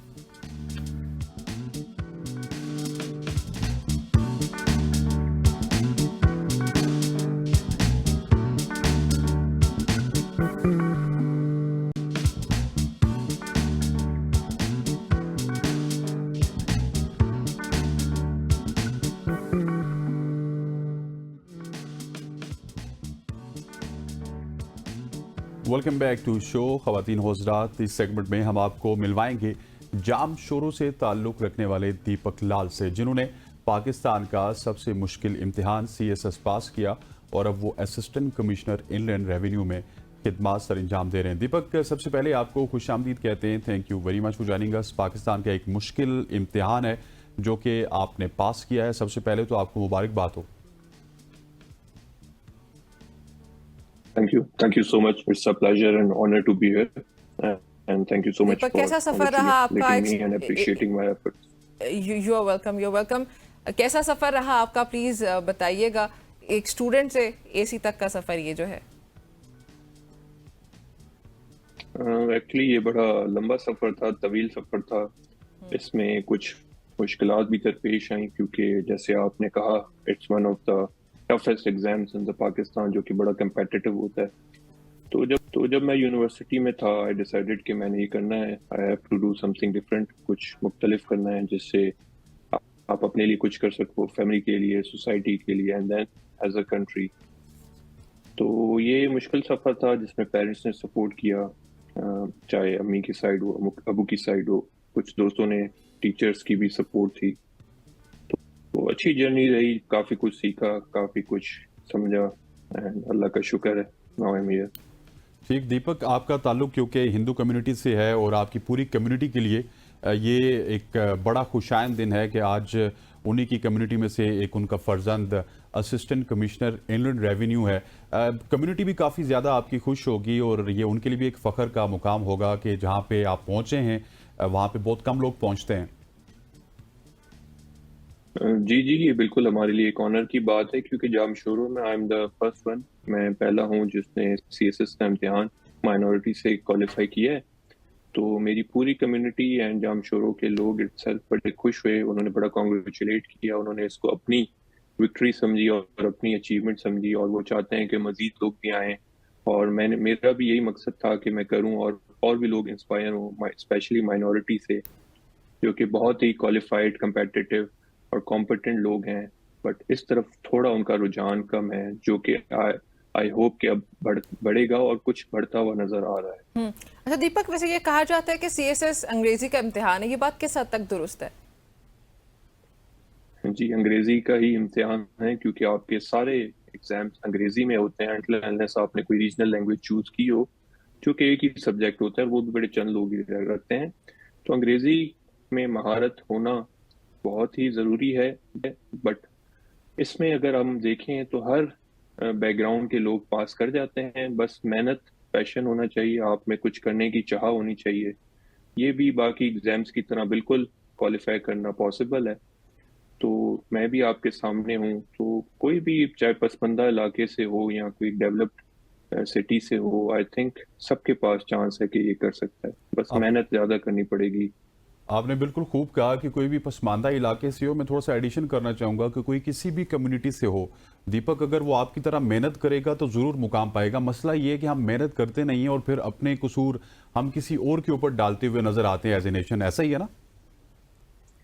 जी, ये काफ़ी हद तक आपकी बात दुरुस्त है कि हम काफ़ी दूसरों को ब्लेम करते हैं जब हम खुद कुछ नहीं कर पाते और हिम्मत हार जाते हैं। जैसे अगर इसी तरह अगर सारे छोटे इलाकों के लोग या डिफरेंट बैकग्राउंड के लोग अगर यही सोच लेते कि हमारे साथ तो कुछ भी नहीं हो सकता, हम कुछ नहीं कर सकते, ये मुल्क सिर्फ अमीरों का है या एक्सेट्रा, जो भी लोग इस तरह के ख्याल रखते हैं, इस तरह बिल्कुल नहीं है। मेरे अपने दोस्त हैं जो काफ़ी बैकवर्ड इलाकों से हैं और उन्होंने क्वालिफाई किया, बस उनमें एक लगन थी, कुछ करने की चाह थी, और वो अपनी फैमिली को नाम रोशन करना चाहते थे, अपने मुल्क के लिए कुछ करना चाहते थे। और अब हम सब एक ही प्लेटफॉर्म से, पूरे पाकिस्तान से लोग, चाहे GB से हों, आज़ाद कश्मीर के हों या फाटा के हों या किसी भी सिंध या पंजाब के अर्बन एरिया या बलूचिस्तान, सब इसमें एक मिक्सचर है। यही स्टेट होती है, स्टेट में सबके रिप्रेजेंटेटिव। चलें, दैट्स वेरी नाइस। अच्छा दीपक, आपने कितना अर्सा तैयारी की और कहाँ से की? मैंने अपनी तैयारी खुद ही की थी, क्योंकि मैं कराची में पढ़ता था, तो मैंने खुद ही एक्सप्लोर किया, कुछ रिसर्च की और अपनी तैयारी का आगाज किया। जी, मैंने अंग्रेजी की एक टीचर से जरूर ऐसे के लिए ली थी क्लासेस, क्योंकि ऐसे की हमारे यहाँ बड़ी हाइप होती है, ज्यादातर लोग उसी में हाँ जी, फेल ऐसे होते हैं। राइटिंग इज उसका वेरी स्ट्रक्चर इंपॉर्टेंट फॉर समझ, सीएसएस। तो क्योंकि उसकी हाइप इतनी थी, तो मैंने कहा कि बेहतर है किसी सीनियर से पढ़ लेना चाहिए और उनकी विजडम से सीख लेना चाहिए, समझ लेना चाहिए। और क्योंकि वो खुद भी सीएसएस ऑफिसर्स भी थे और टीचर भी थे, तो उससे मुझे काफ़ी हेल्प हुई। तो उसके लिए बाकी इंटरव्यू की मैंने फिर एकेडमी से तैयारी ज़रूर की, बाकी रिटन तक मैंने खुद तैयारी की। ठीक। अच्छा दीपक, कोई भी शख्स जब आपकी पोजीशन पे पहुंचता है, एक मुश्किल सफ़र था आपका, लेकिन वो अपनी कम्युनिटी के लिए भी काम करना चाहता है। आप अब अपनी कम्युनिटी के लिए किस तरह सर्व करना चाहते हैं, किस तरह उनका आप हेल्पिंग हैंड बनना चाहते हैं? क्योंकि जब दीपक लाल असिस्टेंट कमिश्नर नहीं था, तो शायद आपकी कम्युनिटी में उस तरह से असिस्टेंट कमिश्नर आपके हाथ को संभाला देने वाला कोई नहीं था। जी, मेरा शुरू से एक ख्वाहिश थी कि मैं एजुकेशन के शोबे में सिर्फ अपनी कम्युनिटी के लिए नहीं, अपने पूरे जो गांव में इटसेल्फ, हमारा जो डिस्ट्रिक्ट है जामशोरोपुर, उसके अंदर मेरा गांव है थाना बुला खान, मैं चाहता था कि वहाँ के लोगों के लिए मैं एजुकेशन के शोबे में कुछ करूँ। और अल्लाह ताला ने इसीलिए मुझे इस अपॉर्चुनिटी से नवाजा है कि मुझे रुतबा दिया है कि मैं लोगों की मदद कर सकूं। तो आई थिंक यही आपके लिए ज़रूरी होता है, जब आपको कोई रिस्पॉन्सिबिलिटी मिलती है तो आप नीचे जो लोग हैं उनको ऊपर लाएं। और मैं समझता हूं कि अब मेरी कम्युनिटी के लोग भी इससे मुतासर होंगे। काफ़ी लोग मुझे अप्रोच करते हैं जिनको मैं गाइड भी कर रहा हूँ। काफ़ी मेजॉरिटी को मैं फ्री गाइडेंस ही दे रहा हूँ। कुछ मुझसे वैसे भी क्लासेस ले लेते हैं, अगर वो चाहते हैं तो मैं दे देता हूँ, बट मेरी कोशिश होती है कि मैं लोगों की हेल्प करूँ, और जो कि मैं ऑलरेडी कर रहा हूँ। तो आई होप कि विद इन नेक्स्ट 5 years मेरा एक टारगेट है कि एटलीस्ट माइनॉरिटी के 20 से 25 लोग सीएसएस क्वालिफाई कर दें। वेरी गुड जी। क्योंकि अच्छा Deepak, you are self taught but not everybody can be self taught ना, तो वो बल्कि सीएसएस के लिए खास तौर पे बहुत सारे स्टूडेंट्स जो अगर क्वालिफाई करना चाहते हैं तो उनको कोचिंग की ज़रूरत होती है, और जो एकेडमीज होती हैं they are very expensive and not everybody can afford them. तो वो फिर उसको उनके लिए बड़ा इशू हो जाता है कि भाई हम एकेडमीज को अफोर्ड नहीं कर पा रहे हैं लेकिन हम क्वालिफाई करना चाहते हैं। तो उस सूरत हाल में ऐसे स्टूडेंट्स को क्या करना चाहिए? जी, ये बात आपकी बिल्कुल वजह है कि एकेडमीज काफ़ी अब एक्सपेंसिव होती जा रही हैं। अब हमारे मुल्क के मुआशी हालात हैं, तो उसके मुताबिक भी अब लोगों की वो परचेजिंग पावर नहीं रही, क्योंकि अब लोग अपने पेट के लिए ही परेशान है। आटा, चीनी वगैरह बड़े एक्सपेंसिव है, इलेक्ट्रिसिटी। तो ये बड़ी आपके लिए एक मुश्किल सूरत हाल है कि अब आप कैसे उसको स्पॉन्सर करें अपनी एजुकेशन। तो मेरे हिसाब से इसका बेस्ट वे ये है कि आप किसी मेंटोर जो आपको हेल्प कर सके उस ईमानदारी से, दयानतदारी से, तो वो आपको बड़ा हेल्प कर देगी। एक ये अच्छा एक ऑल्टरनेट है। उसके अलावा अगर आप सारी एकेडमी की सारी क्लासेस नहीं ले सकते, तो जो सब्जेक्ट्स आपको लगते हैं कि मेरे लिए मुश्किल है, आप सिर्फ उनकी स्पेशलाइज्ड टीचर से ले लें, जिससे भी आपकी कॉस्ट बड़ी कम हो जाएगी। इंस्टेड ऑफ सारे 12 के 12 सब्जेक्ट्स आप एकेडमी से प्रिपेयर करें, क्योंकि एकेडमी जरूरी नहीं है। अब तो आपके पास काफी रिसोर्सेज हैं, यूट्यूब है और ऑनलाइन रिसोर्सेज, लोगों के पेजेस हैं, उस पर आप काफी फ्री गाइडेंस अवेलेबल है। बस हम फ्री गाइडेंस को सही तरह अवेल नहीं करते, ये एक हमारा थोड़ा मसला है कि जो चीज फ्री में मिल रही होती है उसको हम कदर भी नहीं करते। बट काफी लोग हैं जो खुद सेल्फ टॉट करके कर जाते हैं। बट अगर आप अफोर्ड कर सकते हैं तो एकेडमी जाएं, वरना आई थिंक विदाउट आजकल काफी रिसोर्सेज हैं, तो आप उनको अगर अवेल करते हैं तो भी आप क्वालिफाई कर सकते हैं। वो वही बात है ना कि where there is will there is way. But mentorship is very important. इससे आपका टाइम बच जाता है। आप एक गाइडेंस रिलेटेड स्मार्ट तैयारी करते हो। स्मार्ट का मतलब ये नहीं है कि आप टाइम कम देते हो, स्मार्ट का मतलब है आपको पता होना चाहिए क्या पढ़ना है और कहाँ से पढ़ना है, ताकि मेरा टाइम वेस्ट ना हो। डायरेक्टेड, वेल डायरेक्टेड तैयारी हो। अच्छा दीपक, क्योंकि आप पहले असिस्टेंट कमिश्नर हैं हिंदू कम्युनिटी से, तो अपनी कम्युनिटी के लिए कोई मैसेज खास देना चाहेंगे आप? असल में मैं अपने डिस्ट्रिक्ट का पहला हिंदू असिस्टेंट कमिश्नर हूं, but we have some more Hindu assistant commissioners जो कि जी जामशोरो का। बाकी मेरी ही बैच में मेरे ही दोस्त हैं, colleague Rohit Kumar, he is also assistant commissioner, वो सर सखर से ताल्लुक है उनका। तो ये है। सॉरी, आपका सवाल आप अगर रिपीट कर दें पूरा, थोड़ी आवाज। दीपक, आपको से सवाल ये था कि आप अपनी कम्युनिटी के पहले असिस्टेंट कमिश्नर हैं, अपनी कम्युनिटी के लिए कोई खास मैसेज भी तो होगा ना, आप असिस्टेंट कमिश्नर अब बन गए, आपकी राय को वैल्यू भी किया जाएगा। जी, मेरी अपनी कम्युनिटी के लिए यही मैसेज है कि आप अपने आप को माइनॉरिटी या मेजॉरिटी या इस तरह कंसिडर ना करें। आप पाकिस्तानी हैं सबसे पहले, ठीक है, और आपका भी इक्वल राइट है कि अपने मुल्क के लिए कंट्रीब्यूट करें। जब हम कहते हैं हमारे साथ मसले हैं तो मसले को हल करने के तरीके भी होते हैं। आप भी इक्वली पार्टिसिपेट करें, चाहे सियासत हो, कारोबार में तो वैसे ही माइनॉरिटी के लोग काफ़ी प्रोग्रेस कर चुके हैं, इसमें मैं उनको बिल्कुल अप्रिशिएट करना चाहूँगा। बट इस फील्ड की तरफ भी आना चाहिए क्योंकि यही एक हमारे स्टेट के ऑर्गन्स हैं जिसमें आप अपना रोल प्ले करके अपनी कम्युनिटी को अपलिफ्ट कर सकते हो, सोशो इकोनॉमिक एम्पावरमेंट आप उनको दे सकते हैं। तो this is a very good platform और मैं भी उनको इंकरेज करता रहता हूँ कि इंस्टेड ऑफ वेस्टिंग टाइम, जब आप इस अपनी यूथ में हैं, जब आपके पास पोटेंशियल है, एनर्जी है, रिसोर्सेज हैं, तो यूटिलाइज करके इस तरफ भी आए। अगर सारी बाहर चले जाएंगे तो फिर इधर कौन रहेगा? इधर भी तो हमने रहना है, ये भी हमारा मुल्क है, इसी मुल्क में हमें सब कुछ मिलता है। तो हमारी भी रिस्पॉन्सिबिलिटी है कि इसके लिए कुछ करें। बेशक, बिल्कुल ऐसे ही। दीपक, बहुत शुक्रिया आपका हमें ज्वाइन करने के लिए। नाज़रीन, गुफ्तगू आपने सुनी है दीपक की। और माइनॉरिटी जहाँ तक बात की जाए, पाकिस्तान हमारे झंडे के दो रंगे, एक सब्ज और एक सफ़ेद। जो सफ़ेद है वो हमारा माइनॉरिटीज़ को रिप्रेजेंट करता है, और पाकिस्तान में माइनॉरिटीज़ अब जैसे दीपक ने खुद कहा कि बहुत प्रोग्रेस कर भी रहे हैं, लेकिन हम सब बाकी जो मुसलमानों की क्योंकि अक्सरियत है, तो हमें अपने हिंदू मुसलमान हमारे बहन भाई होते ही है, हिंदू बहन भाई हमारे जो पाकिस्तान, हिंदू मुसलमान कॉमन लगा देना, हिंदू एंड मुसलमान जो भी हम सबको एक साथ इकट्ठे ही रहना ना।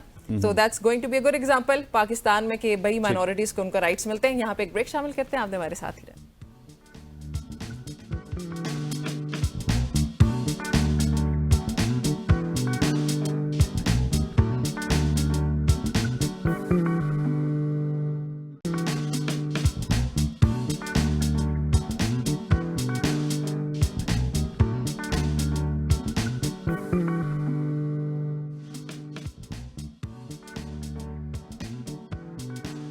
Welcome back everybody. इस वक्त मुल्क भर में बारिशों का सिलसिला जारी है, जो कि बहुत अच्छी बात है। मौसम बड़ा खुशगवार हो चुका है।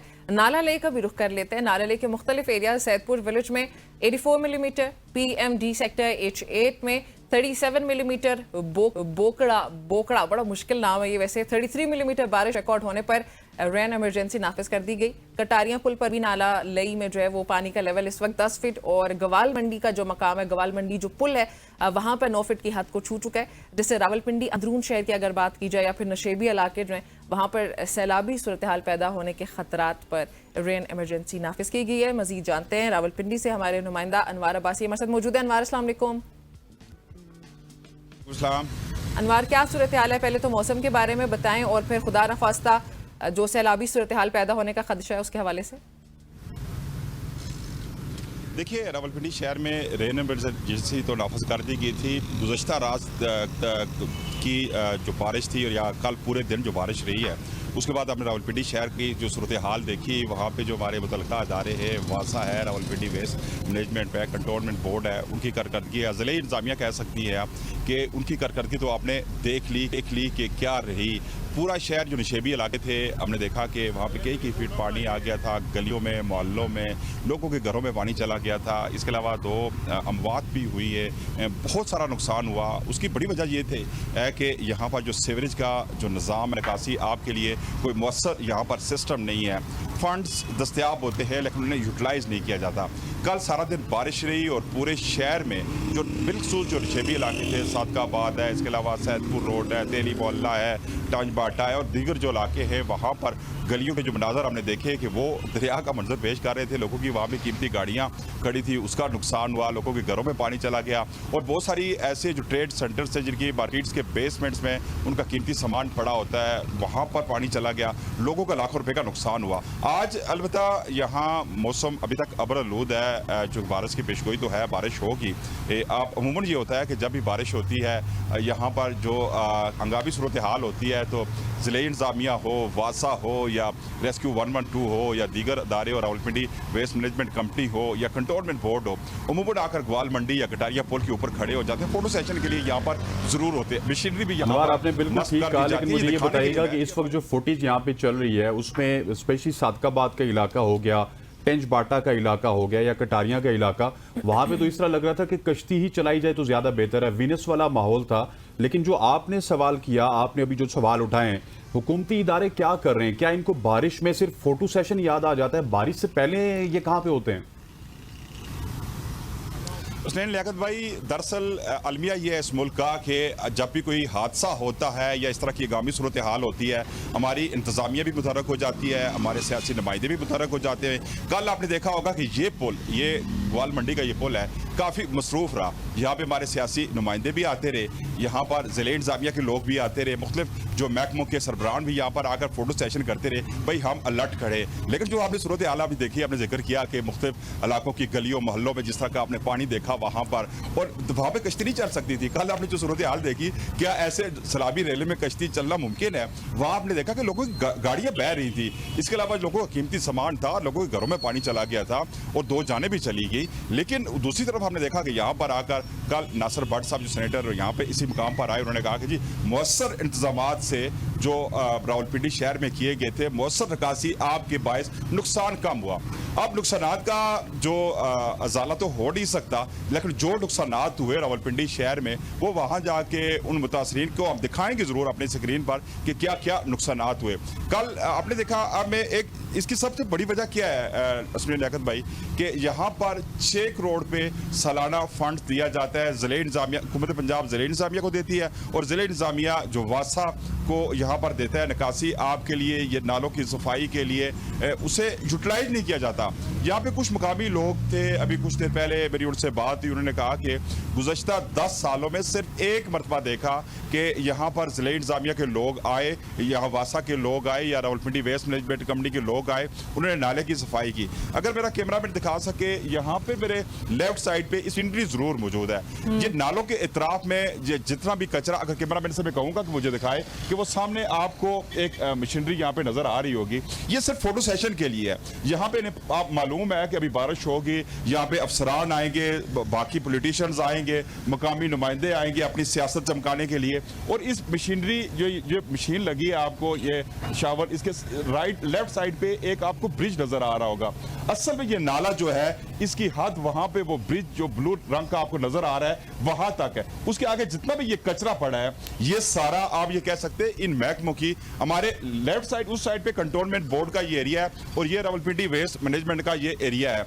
यहाँ पे जितना भी कचरा होता है ला कर इन नालों के इतराफ में फेंक दिया जाता है, जिससे ये नाले सुगड़ते जा रहे हैं। ये नाला ये ग्वाल मंडी से आके जाकर स्वाहान तक जाता है, और इन नालों के इतराफ में जितना भी शहर का कचरा होता है, उठाकर उन्हें किसी एक मखसूस मुकाम पे डंप करने के बजाय यहाँ पे आकर फेंक दिया जाता है, जिसकी वजह से ये सारे नाले सुकड़ रहे हैं। चाहे छोटे नाले हों या ये नाला ले जो मर्सी नाला है, यहाँ इसके इतराफ में कचरे के बायस जब तेज बारिश होती है तो बरसाती जो नाले होते हैं और जो पानी का जो रेला होता है मुख्तलिफ आबादियों में चला जाता है, जिससे ज्यादा नुकसान होते हैं। यहाँ पे मैं ये कहूँगा कि महकमों की मुकम्मल तौर पर यह गफलत है। बिलखसूस जो वासा, उसका ये काम है कि रावलपिंडी के जो सैनिटेशन का बहुत बहुत शुक्रिया अनवार, आपने बड़े खूब अंदाज में तमाम तर एरिया को भी आइडेंटिफाई किया, कौन सा एरिया वेस्ट में है, कौन सा एरिया दूसरे महकमे का है। लेकिन डेफिनेटली ये हमारे जो महकमे हैं उनकी नाअहली है। आगे थोड़ा सा बढ़ते हैं और अब बाचा खान यूनिवर्सिटी की बात करते हैं। बाचा खान यूनिवर्सिटी पेशावर के मोहम्मद अली खान ने मुल्क की तारीख में एक नया संग मील उबूर कर लिया। उन्होंने मास्टर ऑफ इकोनॉमिक्स के इम्तिहान में शानदार कामयाबी हासिल करते हुए पूरे पाकिस्तान में पहली पोजीशन हासिल की। बिल्कुल जी, और ये वैसे पहली बार हुआ कि किसी ने बाचा खान यूनिवर्सिटी से मास्टर्स ऑफ इकोनॉमिक्स में पूरे मुल्क में टॉप किया हो, या फिर मोहम्मद अली खान ने ना सिर्फ अपनी यूनिवर्सिटी बल्कि खैबर पख्तूनख्वा और फिर पूरे पाकिस्तान का भी नाम रोशन किया। उनकी मेहनत, अज़्म और लगन ने उन्हें इस मकाम तक पहुंचाया है, जिस पर ओबियसली हर कोई नहीं पहुंच सकता है, और ये काबिल तारीफ़ है उनका, ये उनकी काबिलियत के मोतरिफ़ है अभी हम लोग इस वक्त, और इस कामयाबी पर उनको कंग्रेचुलेट भी करते हैं। बाचा खान यूनिवर्सिटी के जो टीचर्स हैं, वैसे स्टूडेंट्स हैं, मकामी कम्युनिटी है, उन सब ने मिलकर ही उनको सेलिब्रेट किया है, इनकी इस आज़ादी कह रही हूँ, उनकी कामयाबी को और इनकी इसका शानदार कामयाबी को, बल्कि सराहना बनता भी है। और ABN न्यूज़ की जानिब से भी हम उनको सराहते भी हैं, उनको मुबारकबाद भी पेश करते हैं। और मोहम्मद अली ऐवान इस वक्त हमारे साथ मौजूद हैं। अली, आपको खुश आमदीद कहते हैं, thank you very much for joining अस। सबसे पहले तो बताइएगा कि आपने एक ज़बरदस्त कारनामा दिया। इससे पहले हम देखते थे खैबर पख्तूनख्वा से बहुत ही अच्छी खबरें आ रही हैं, वहाँ के यूनिवर्सिटीज़ के प्रोफेसर्स भी हमारे पास आए, लेकिन आपने तो पूरे पाकिस्तान को बीट कर दिया। जी अस्सलाम वालेकुम, आपको मेरी आवाज़ आ रही है? जी जी जी, प्लीज़ बोलिए। अस्सलाम। सबसे पहले मैंने आपका सारा सुना, thank you very much for inviting me in your programme. And जी बिल्कुल, इसमें कोई दो राय नहीं है कि इस नाम खैबर पख्तूनख्वा का नाम सबसे पहले हम सुनते आते थे कि टेररिज्म के हवाले से वहाँ पर बहुत ज़्यादा होता था। उसके बाद जब से हमारे मुल्क की तरक्की के ऊपर गामजन हुआ है, तो खैबर पख्तूनख्वा वो अब वाहिद सूबा बन चुका है जो पूरे मुल्क के अंदर अब बीट करता है। ठीक है, चाहे एजुकेशन सेक्टर हो, चाहे इंडस्ट्रियल सेक्टर हो, या कोई भी सेक्टर हो। इसी तरह मुझे भी खैबर पख्तूनख्वा से ये मौका मिला कि मैं भी खैबर पख्तूनख्वा से अपनी तालीम हासिल करूँ और मुल्क का नाम पूरी दुनिया में रोशन कर सकूँ। अच्छा, ये भी बताइएगा आपने तैयारी कितने अरसे में की, कैसे की, और क्या टाइमिंग्स हुआ करती थी आपकी, कैसे चीज़ों को मैनेज किया करते थे, ताकि जो लोग देख रहे हैं वो कुछ सबक हासिल कर सकें। सब तैयारी जो हमारा जो old syllabus, old school thoughts होता है कि जी एक जो टीचर्स हमारे पढ़ा रहे होते हैं, जो हमारे स्कूल में सिखाया जाता था। बेसिकली मैं अपने बारे में आपको एक ब्रीफ इंट्रोडक्शन देता चलूँ। मेरी जो तमाम एजुकेशन स्कूलिंग है वो बीकन अस्करी स्कूल मलीर कराची से, कॉलेज भी मेरा कराची से है। उसके बाद मैंने हायर एजुकेशन मैंने इस्लामाबाद से हासिल की, और मैंने मास्टर्स इन सोशियोलॉजी भी किया हुआ है। मैं मास्टर्स इन सोशियोलॉजिस्ट भी हूँ। मैं जर्मन ज़बान भी बोल लेता हूँ, और मैंने जर्मन ज़बान प्रॉपरली नमल यूनिवर्सिटी इस्लामाबाद से सीखी है। इसके बाद मैंने मास्टर्स इन इकनॉमिक्स में एडमिशन लिया, और इस तैयारी के मैं बताऊँ, क्योंकि मैंने काफ़ी ज़्यादा तैयारियाँ की हुई हैं, तो हमेशा स्टूडेंट्स के लिए एक पैगाम है कि वो हमेशा स्मार्ट स्टडी करें। टीचर से सबसे पहले वो क्वालिटी ऑफ एजुकेशन हासिल करें, और क्वालिटी ऑफ एजुकेशन हासिल करने के बाद वो स्मार्टली स्टडी करें। जितना स्मार्ट स्टडी कर सकते हैं और अपने अल्फाजों को जितना एनालिटिकल रिसर्च के अंदर चेकर के आगे पेश कर सकते हैं, आई थिंक उससे बेहतरीन चीज़ कोई नहीं है। जिसने मुझे ये चीज़ सिखाई मेरे उस्तादजाओं ने, वो बादशाह खान के उस्तादजा थे, उन्होंने हमें पढ़ाया सब कुछ, बट उन्होंने एक बात हमें बताई कि बेटा ऑलवेज डू स्मार्ट स्टडी। ठीक है, और उसके बाद आपका सवाल था कि जी कितने घंटे पढ़ते थे, तो इकनॉमिक्स की डिग्री पूरी दुनिया में, इसमें कोई दो राय नहीं है कि ये दुनिया की मुश्किल डिग्रीज़ में शुमार होती है, क्योंकि आपने इकनॉमिक्स पढ़ने के बाद आपने मुल्क की मईशत को संभालना होता है। ठीक है, सो इसके लिए जो मेरी एवरेज स्टडी होती थी वो 12 घंटे, 13 घंटे, और सम टाइम मैं 14 घंटे भी स्टडी करता था। ठीक हो गया आपसे, मतलब मुल्क की जो अरबाब इख्तियार है वो भी अली साहब राब्ता कर सकते हैं, क्योंकि मुल्क की इकोनॉमी के हालात तो बिल्कुल ठीक नहीं है। बिल्कुल ऐसा ही है। हमारी मुल्क की इकोनॉमी के जो हालात हैं, मैं ऑनरेबल जितने भी हमारे पॉलिटिशियंस इस वक्त मुझे सुन रहे हैं या बाद में सुनेंगे, उनके लिए सबसे एक चीज़ है कि हमारे तमाम ऑनरेबल पॉलिटिशियंस अपनी तरफ से बेस्ट कोशिशें करते हैं मुल्क की इकोनॉमी को ठीक करने के लिए, बट अनफॉर्चुनेटली उनके पास एक इकनॉमिक्स का एक स्टडीज़ और एक्सपीरियंसेस नहीं होते जो दुनिया के अंदर होते हैं, जिसकी वजह से हमारा मुल्क इकनॉमिक क्राइसिस का शिकार हो रहा होता है।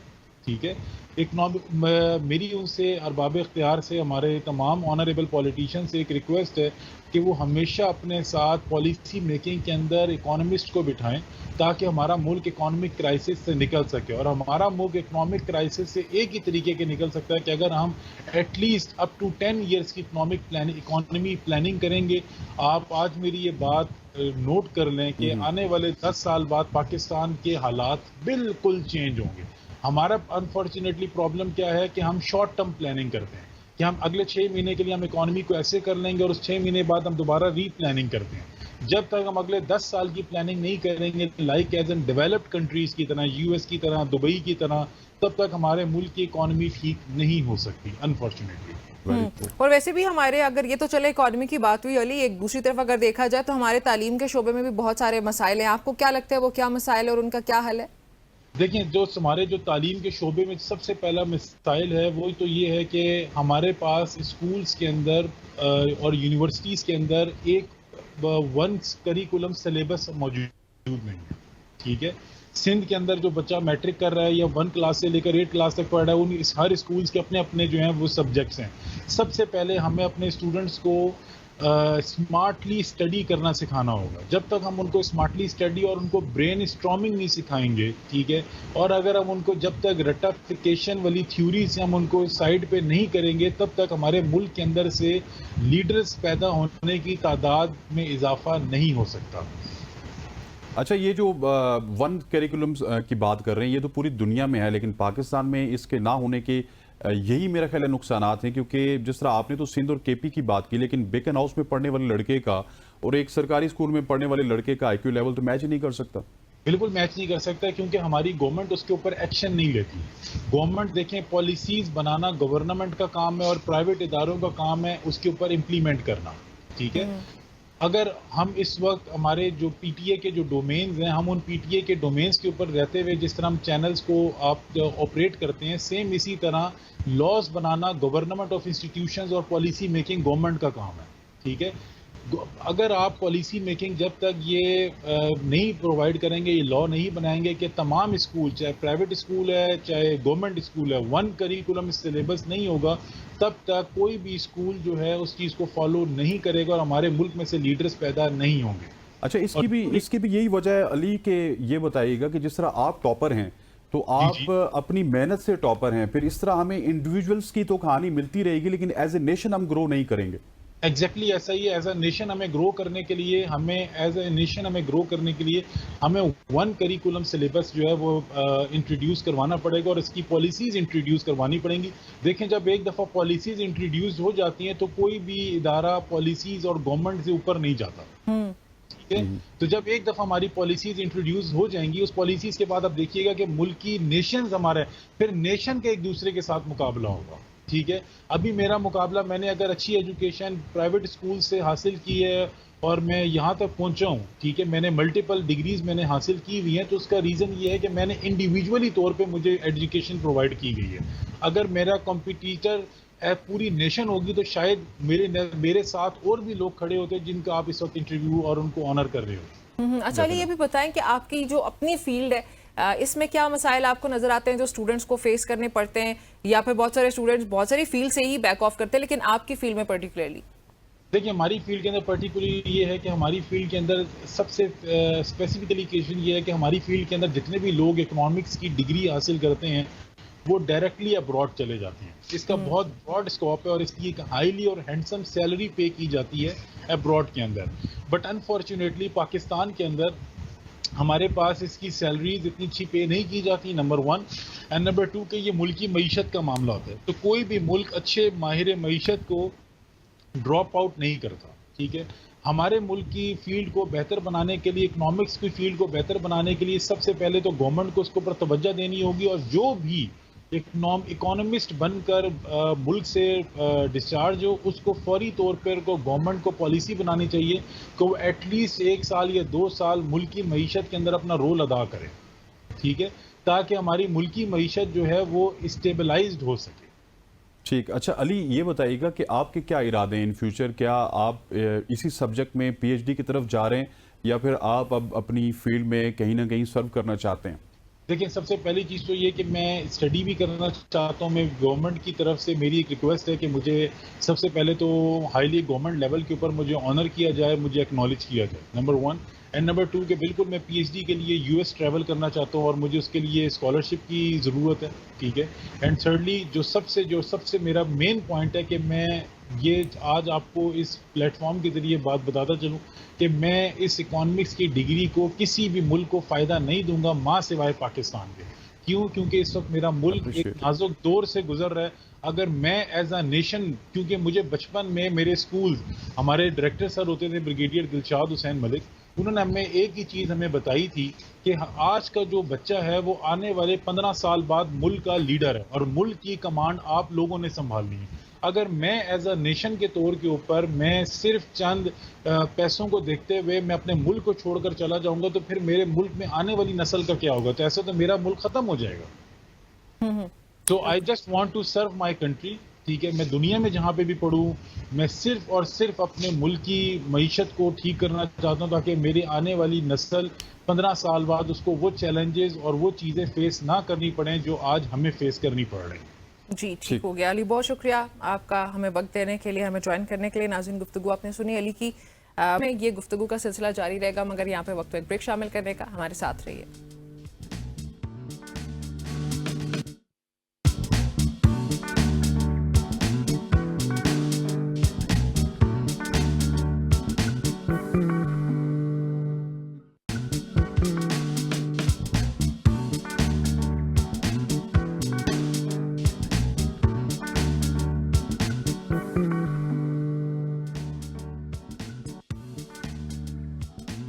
Welcome back everybody. नाज़रीन, ज़िंदगी की अगर बात की जाए, ज़िंदगी में हमेशा कोई भी रिश्ता होता है, कुछ रिश्ते जो होते हैं वो कुदरती तौर पर हमें मिलते हैं, जैसे हमारे वालिदैन हो गए, हमारे बहन भाई, दीगर अजीज़ व अकारिब हमारे होते हैं। वो रिश्ते चलें कुदरत की तरफ से हमें मिलते हैं। लेकिन इस दुनिया में आने के बाद जब हम कुछ छोटे छोटे से बच्चे होते हैं, मोस्टली जब हम स्कूल जाया करते हैं, तभी एक रिश्ता हम खुद से बना लेते हैं, और ये रिश्ता जो होता है वो हमें सबसे ज़्यादा खुशी देता है, और वो रिश्ता दोस्ती का रिश्ता होता है। दोस्त आपके सबसे करीब होते हैं। शायद जो चीज़ें हमारे बहन भाई को, हमारे वालिदैन को, हमारे रिश्तेदारों को नहीं पता होती, वो सारी हमारी अच्छी और बुरी हरकत सब हमारे दोस्तों को पता होती हैं, और वो हमारे सबसे बड़े राजदार भी होते हैं। तो दोस्तों को सेलिब्रेट करने का एक दिन होता है, वो आज का दिन है। आज हम आलमी दोस्ती का ये दिन मना रहे हैं। हर साल 30 जुलाई को ये दिन दुनिया भर में मनाया जाता है, और हमने सोचा कि आज हम मिल के आपके साथ इस दिन को अपने दोस्तों के साथ भी बल्कि सेलिब्रेट करें। इस वक्त मेरे सब दोस्त हैं जो मुझे देख रहे हैं, जो कोई भी मुझे देख रहे हैं, मतलब आप लोग बहुत अच्छे इंसान हो। Happy friendship, happy friendship day. अच्छा, आपने जिक्र किया ना कि कुछ रिश्ते होते हैं जो कि कुदरत की तरफ से दिए जाते हैं। यस, मतलब कोई एंकर भी तो कुदरत की तरफ से मिलता है ना। कुदरत की तरफ से मिलता है, मैंने कब कहा नहीं मिलता, तो ये भी तो दोस्त, ये आपने शामिल करना चाहिए। एंकर्स भी दोस्त होते हैं वैसे आपके साथ काम करने वाले। आप सबको हैप्पी फ्रेंडशिप जी। और इसी हवाले से हमारे साथ हमारे कुछ दोस्त मौजूद हैं, मुश्तरका भी हो सकते हैं। शाकिर साहब मुश्तरका दोस्त हैं हमारे, शाकिर साहब मुश्तरका दोस्त हैं, और साथ ही स्टूडियो में मौजूद हैं अली मुमताज साहब। सबसे पहले अली, आपको खुशामदीद कहते हैं, थैंक यू वेरी मच। आज एक बड़ा ज़बरदस्त दिन है, दोस्ती का दिन मनाया जा रहा है, तो इस हवाले से आपके क्या तासुरात?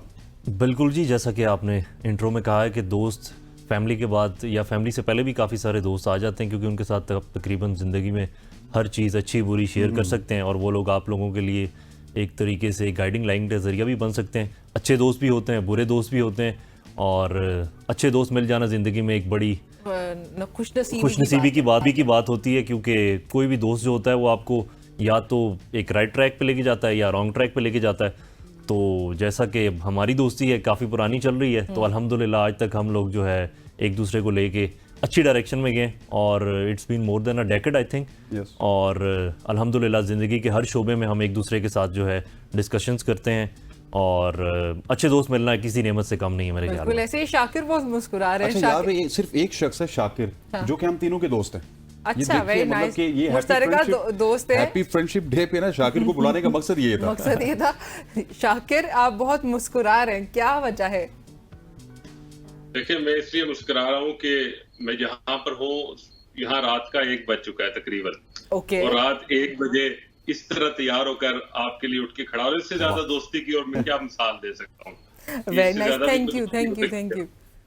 क्या बात। आप सबको happy friendship, international friendship day. और अली भाई को आप ढूंढ के लाए यार, ये तो जबरदस्त हो गया। फ्रेम जो इस वक्त टीवी पे होगी, वो 4 दोस्त इकट्ठे हो गए, ये जबरदस्त हो गया। और आप सबको मेरी तरफ से, अमेरिका से आपको happy friendship day. Thank you Shakir. हमारी तरफ से पाकिस्तान से आपको भी हैप्पी फ्रेंडशिप डे। आपको क्या लगता है वैसे कि आप जो दोस्त होते हैं इनकी लाइफ में क्या इंपॉर्टेंस होती है?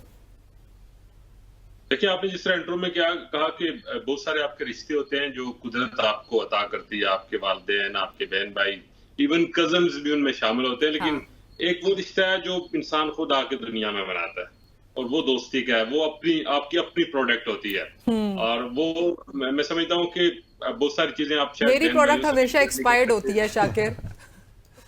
नहीं, अल्लाह ना करे कि एक्सपायर हुआ करे, क्योंकि मैं आज भी ये मेरा मानना है कि जिस शख्स के मुखलिस दोस्त या एक ही बेशक क्यों ना हो, अगर उसका दोस्त नहीं है तो दुनिया का गरीब तरीन आदमी है। और जिसके अच्छे दोस्त हैं, अच्छे गर्म सर्द मौसम में खड़ा होने वाले, उससे ज्यादा अमीर कोई नहीं है। और मुझे बड़ा फख्र है इस बात पे कि दुनिया में जो है वो, क्योंकि मैं ट्रैवल बहुत करता हूँ, तो इस बार जो आपने कहा ना फ्रेंडशिप डे पे आपको लेना है, तो मैंने गूगल किया, मैंने कहा वाकई डे है, तो वाकई डे था। उसका जो इस बार का स्लोगन है वो है कि फ्रेंडशिप को अपने डाइवर्सिटी में देखना है, आपको मुख्तलिफ नस्लों के लोगों को भी दोस्त बनाना है, मुख्तलिफ अक़वाम के दोस्तों को भी लोगों को दोस्त बनाना है। तो मैं क्योंकि अब मुल्क से बाहर हूँ, तो ये डाइवर्सिटी बड़ी जरूरी है और मैं समझता हूँ कि आपको दुनिया के कोनों कोनों से दोस्त मिलते तो जितने अरसे से शाकिर आप बाहर है, आप वाकई कोई और नस्ल के शख्स ना बन जाए, मुझे तो ये डर लग रहा है। प्लीज प्लीज पाकिस्तान ही रहिएगा।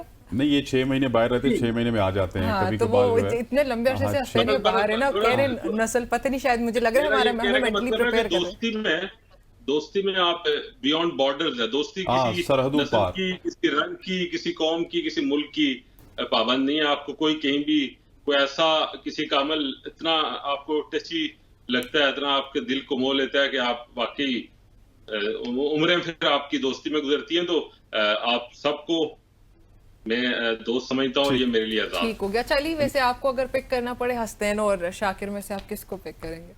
दोनों को आधा आधा पिक कर लेंगे। वाली हरकत करूंगी आज इस टाइम, क्योंकि शाकिर जो है वो यूएस में है। कि मैं इनका दोस्त हसनैन के जरिए बना। अच्छा, वेरी नाइस। बिल्कुल, ये प्रायोरिटीज बड़ी ऑर्डर ठीक रखनी चाहिए और मैं इसमें बड़ा टची हूँ कि आपको मेरा दोस्त मुझे बाईपास कर जाए तो मुझे बड़ा बुरा लगता है। मैंने इसीलिए आप दोनों को आधा आधा पिक कर लिया। ये बड़ा कंट्रोवर्शियल जवाब होता है जब आपको कोई कहे कि पिक एनी वन, तो आप आगे से बोलते 50-50 कर लो, दोनों ही सही। मुश्किल हो जाता है। सर जी, क्या इंपॉर्टेंस है दोस्ती की जिंदगी में? बंदा दोस्त को हेल्प के लिए आना चाहिए, तो अली भाई मुश्किल में थे, मैंने उनकी हेल्प किया। ये दोस्ती, ये भी बिल्कुल बिल्कुल, ये तो दोस्ती का सबसे बड़ा मयार यही होता है कि मुश्किल टाइम पे आपको जो शख्स काम आता है। और दोस्तों की सबसे बड़ी बात ये, जैसे शाकिर भाई ने भी थोड़ी देर पहले कहा कि आप लोगों ने फ्रेंडशिप डे मना रहे हैं, तो उनको आपकी बात पे यकीन नहीं आया, उन्होंने गूगल करके देखा। तो दोस्त की ये बात होती है कि दोस्त मुंह फट भी होते हैं, उन्होंने चेक करके फिर मैंने भी अपनी सब दोस्तों को मैसेज किया कि अगर कोई मेरे प्रोग्राम में आना चाहता है, अनफॉर्चुनेटली कोई शामिल नहीं हो सके क्योंकि सबका इस वक्त ऑफिस टाइम चल रहा है, तो वो सब पूछे फ्रेंडशिप डे भी होता है कोई, अच्छा गूगल करने तो देखते हैं, और सबने लिटरली गूगल किया है। बिल्कुल एग्जैक्टली, काफी लोगों को आइडिया इस चीज का नहीं होता।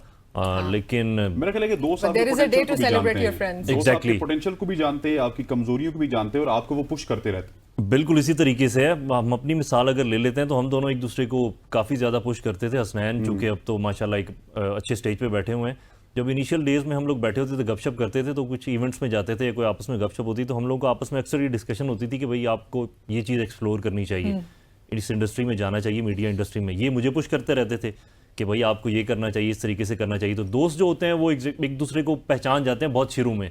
बाकी जो आपकी ग्रूमिंग होती है, किसी ऑर्गेनाइजेशन में जाते हैं, वो एक अलग सी चीज़ होती है। लेकिन इनिशियल डेज में जो आपको बेहतर मशवरा दे सकता है, जो आपको बेहतर बता सकता है, फैमिली के बाद या हो सकता है फैमिली से पहले भी बता सकता हूँ, क्योंकि आपका ज़्यादा टाइम दोस्तों के साथ गुजरता है, तो वो पोटेंशियल जो है इनमें मैंने देखा और मैं इनको बताता रहता था और ये मुझे बताते रहते थे। जो मेरी शॉर्ट कमिंग्स होती थी वो ये मुझे बताते थे, मैं इनको बताता था। तो अल्हम्दुलिल्लाह आज जिंदगी के किसी ना किसी शोबे में हम दोनों कहीं ना कहीं पहुंच चुके हैं। सॉरी, एक सवाल है, दोनों से कर लेते हैं कि बहुत सारे राज आपके मेरे पास हैं, अच्छे दोस्त का राजदार होना कितना जरूरी है? मेरे ख्याल में तो 70-80% किरदार जो है वो इसी चीज़ का होता है, जो बंदा आपकी सीक्रेट्स रख सके, उसमें बिजनेस सीक्रेट्स भी होते हैं, उसके अलावा जो आपके ज़िंदगी के मामलात हैं उनके हवाले से भी, क्योंकि काफ़ी सारे आपको ज़िंदगी में इनको भी मिले हैं, मुझे भी ऐसे लोग मिले हैं जो आपको यूज़ करके आगे निकल जाते हैं। तो अच्छे दोस्तों को फ़िल्टर आउट करना ये भी एक बड़ा हुनर होता है। और अल्हम्दुलिल्लाह हम लोग अभी तक इस मामले में ठीक रहे हैं। कुछ इनको भी मिले हैं ऐसे दोस्त, कुछ मुझे भी मिले कि हमने मिलजुल के हमने फिल्टर आउट किए हैं। तो जिंदगी में अच्छे बुरे लोग तो वो मिलते ही रहते हैं, दैट्स अ कॉम्बिनेशन, वो आपको जरूर मिलेगा। शाकिर, मुझे पर्सनली लगता है, प्लीज ये ना हो कि ये सवाल पूछने के बाद बहुत सारी ख्वातीन मुझ पर अटैक करना शुरू हो जाए, मैं कोई डिस्क्रिमिनेशन नहीं कर रही, लेकिन अमूमी तौर पर मुझे लगता है कि लड़कों की दोस्ती थोड़ी ज्यादा गहरी होती है। लड़कियों में कहीं ना कहीं क्योंकि कुदरती चीजें होती हैं, जैसे कभी जेलसी आ गई या कुछ इस तरह की बात आ जाती है ना, लेकिन लड़के ये सब नहीं रखते हो, बल्कि हर वक्त बिजनेस डिस्कस कर रहे होंगे, आगे बढ़ने की एक साथ बात कर रहे होंगे।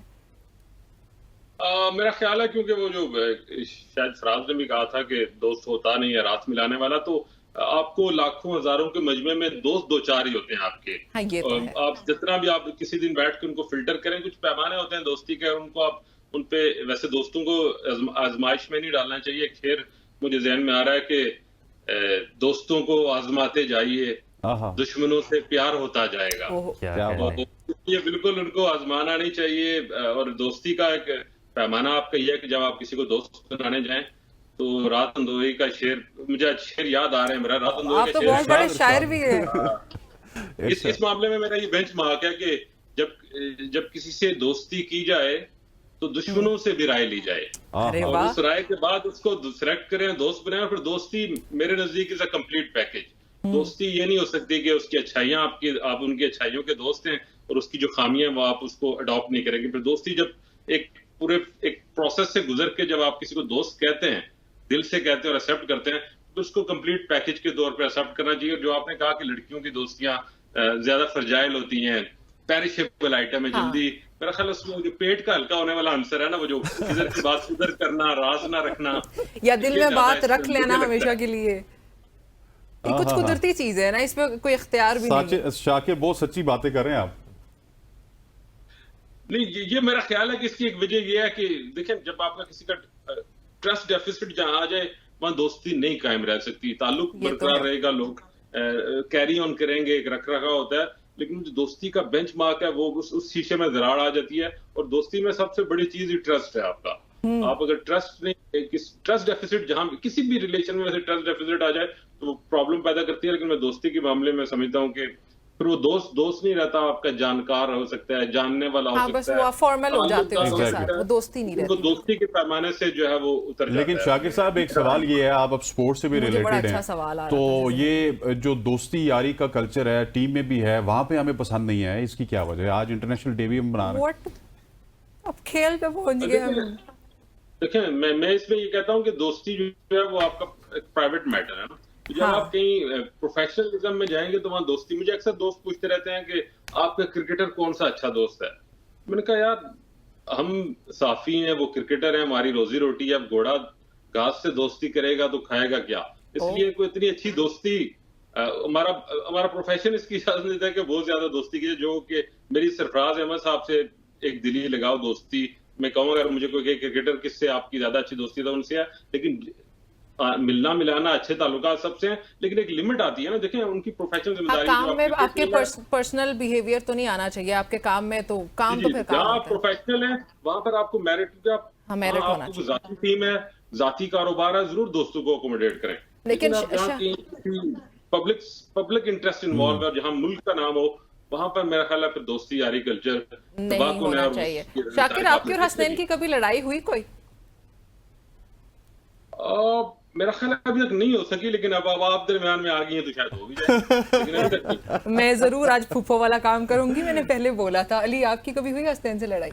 नहीं, लड़ाई है सच कभी नहीं हुई, आपस में बहस मुबाहिसा होता है किसी बात को लेकर। कभी ऐसा नहीं हुआ कि कोई लड़ाई हुई और आप 3-4 दिन के लिए या ज्यादा लंबे अरसे के लिए नाराज रहे हो, बात ही नहीं, अभी तक ऐसा कहीं नहीं हुआ। लड़ाई ऐसा कुछ नहीं होती, एक दूसरे के साथ बहस मुबाहिसा होता है किसी चीज़ को लेके। मैं हसनैन के साथ कभी किसी चीज़ को लेके 3-4 दिन हमारी बहस चलती रहती है कि ये चीज़ ऐसी होनी चाहिए, ये चीज़ ऐसी होनी चाहिए, क्योंकि अब हम सिर्फ दोस्त से आगे भी जाके कुछ 1-2 चीज़ें मिल के कर रहे हैं, तो उस हवाले से हमारी डिस्कशंस होती हैं। लड़ाई अभी तक अल्हम्दुलिल्लाह हुई नहीं है, क्या पता आज ही हो जाए। हाँ, लेकिन शाकिर साहब ने जो बात की ना, मैं ब्लेस्ड हूँ कि मुझे कोई लाइफ पार्टनर भी मिला, जब दोस्त भी मिले तो वैसे दोस्त मिले कि खुले डुले, मतलब वो छोटी छोटी चीजों पे ना नाराज नहीं। ये भी बहुत बड़ी बात होती है, वरना अक्सर लोग आपको उल्टा नाराज हो के तंग कर बिल्कुल इसी तरीके से छोटी छोटी चीजों पे अक्सर हो जाता है। कभी पहले हुआ करता था। हसनैन कभी घंटी बजा के भागे? घंटी बजा के, ये तो काम तो इन्होंने किया होगा बहुत। अच्छा, एक दो दोस्त अगर हैं उनमें एक कोई बहुत शरारती होता है, आप लोगों के केस में कौन है वो? बचपन में ये शरारती थे, और मैं अब मैं शरारती करता हूँ कि कहीं ना कहीं मेरी गाड़ी में कोई गड़बड़ हो जाए, इनकी गाड़ी घर के बाहर लगा के इनको उठाता हूँ, भाई ये गाड़ी मैकेनिक के पास ले जाना, अपनी गाड़ी मुझे दे दो। बिल्कुल। अच्छा, इस तरीके के मस्तियां ये काफी करते हैं, क्योंकि इनको पता है। कभी बचपन में? बिल्कुल की, क्यों नहीं की, दुकान के ऊपर से कभी ना कभी कुछ ना कुछ उठा लिया। मुझे अपनी एक चोरी की स्टोरी याद है, 10 रुपए चोरी करने की। नहीं, मैं टॉफीज वगैरह या कोई इस तरह की चीज, कभी दुकान पे खड़े हुए अंकल, कभी दूसरी साइड पे मुड़े हुए, तो बाद में, लेकिन ये है कि जब बड़े हुए थोड़ा सा जाके, तो उन अंकल को जाके मैं स्पेशली एक दफा मिला, मैंने कहा बचपन की चीजें आपकी दुकान से ये किया, तो उनको मैंने फिर कुछ अमाउंट दी, मैंने कहा शायद हो सकता है कि ये उस चीज को कवर कर दे। ठीक हो गया। शाकिर, एंड पे अगर कुछ ऐड करना चाहते हैं, हमारे पास कुछ सेकंड्स रह गए। बस मैं एक बात यही कहूंगा, जितने भी दोस्त एक दूसरे से पिछड़े हुए, मैं समझता हूँ कि गलतफहमियों का आज के दिन की खातिर जितने भी दोस्त आप कहीं हमें देख रहे हैं, सुन रहे हैं, आज के दिन को सामने रखें। वो जो कुदरते हैं, कोई गलतफहमी, हम बात करें मिल बैठने से, शायद वो गलतफहमी जो आप एक दूसरे के साथ पाल के बैठे हैं और एक दूसरे से दूर है, शायद वो बात करने से खत्म हो जाए, और जब बात करें तो आपको लगे वो वाकई गलतफहमी थी। तो आज यही पैगाम है कि जुड़े रहे, और उन तमाम दोस्तों को मैं खास करके एक दो नाम में लेना चाहूंगा। एक ताहिर भाई है मेरे, चौधरी ताहिर, इंग्लैंड में होते हैं, उनका बहुत शुक्रिया। उनका दोस्त थी, मुझे जिंदगी में बहुत उनकी रहनुमाई रही है, बड़ी हेल्प रही है, उनका स्पेशल मैं जिक्र करना चाहता हूँ। और बाकी तमाम दोस्तों का शुक्रिया और आपका शुक्रिया कि आपने मुझे you're welcome। आज तो आप शायर ही बन गए, शायर शाकिर, और आप काफी जज्बाती हो। मुझे तो डर लग रहा है एक आध मिनट और आपसे बात की रोना शुरू कर दूंगी मैं। ये थी नाज़रीन हमारी आज की सुबह की अली शाकिर, आप दोनों का बहुत शुक्रिया हमें ज्वाइन करने के लिए। नाज़रीन आप सबने अपना और अपनों का बहुत ख्याल रखना है। इजाजत दीजिए, अल्लाह हाफ़िज़।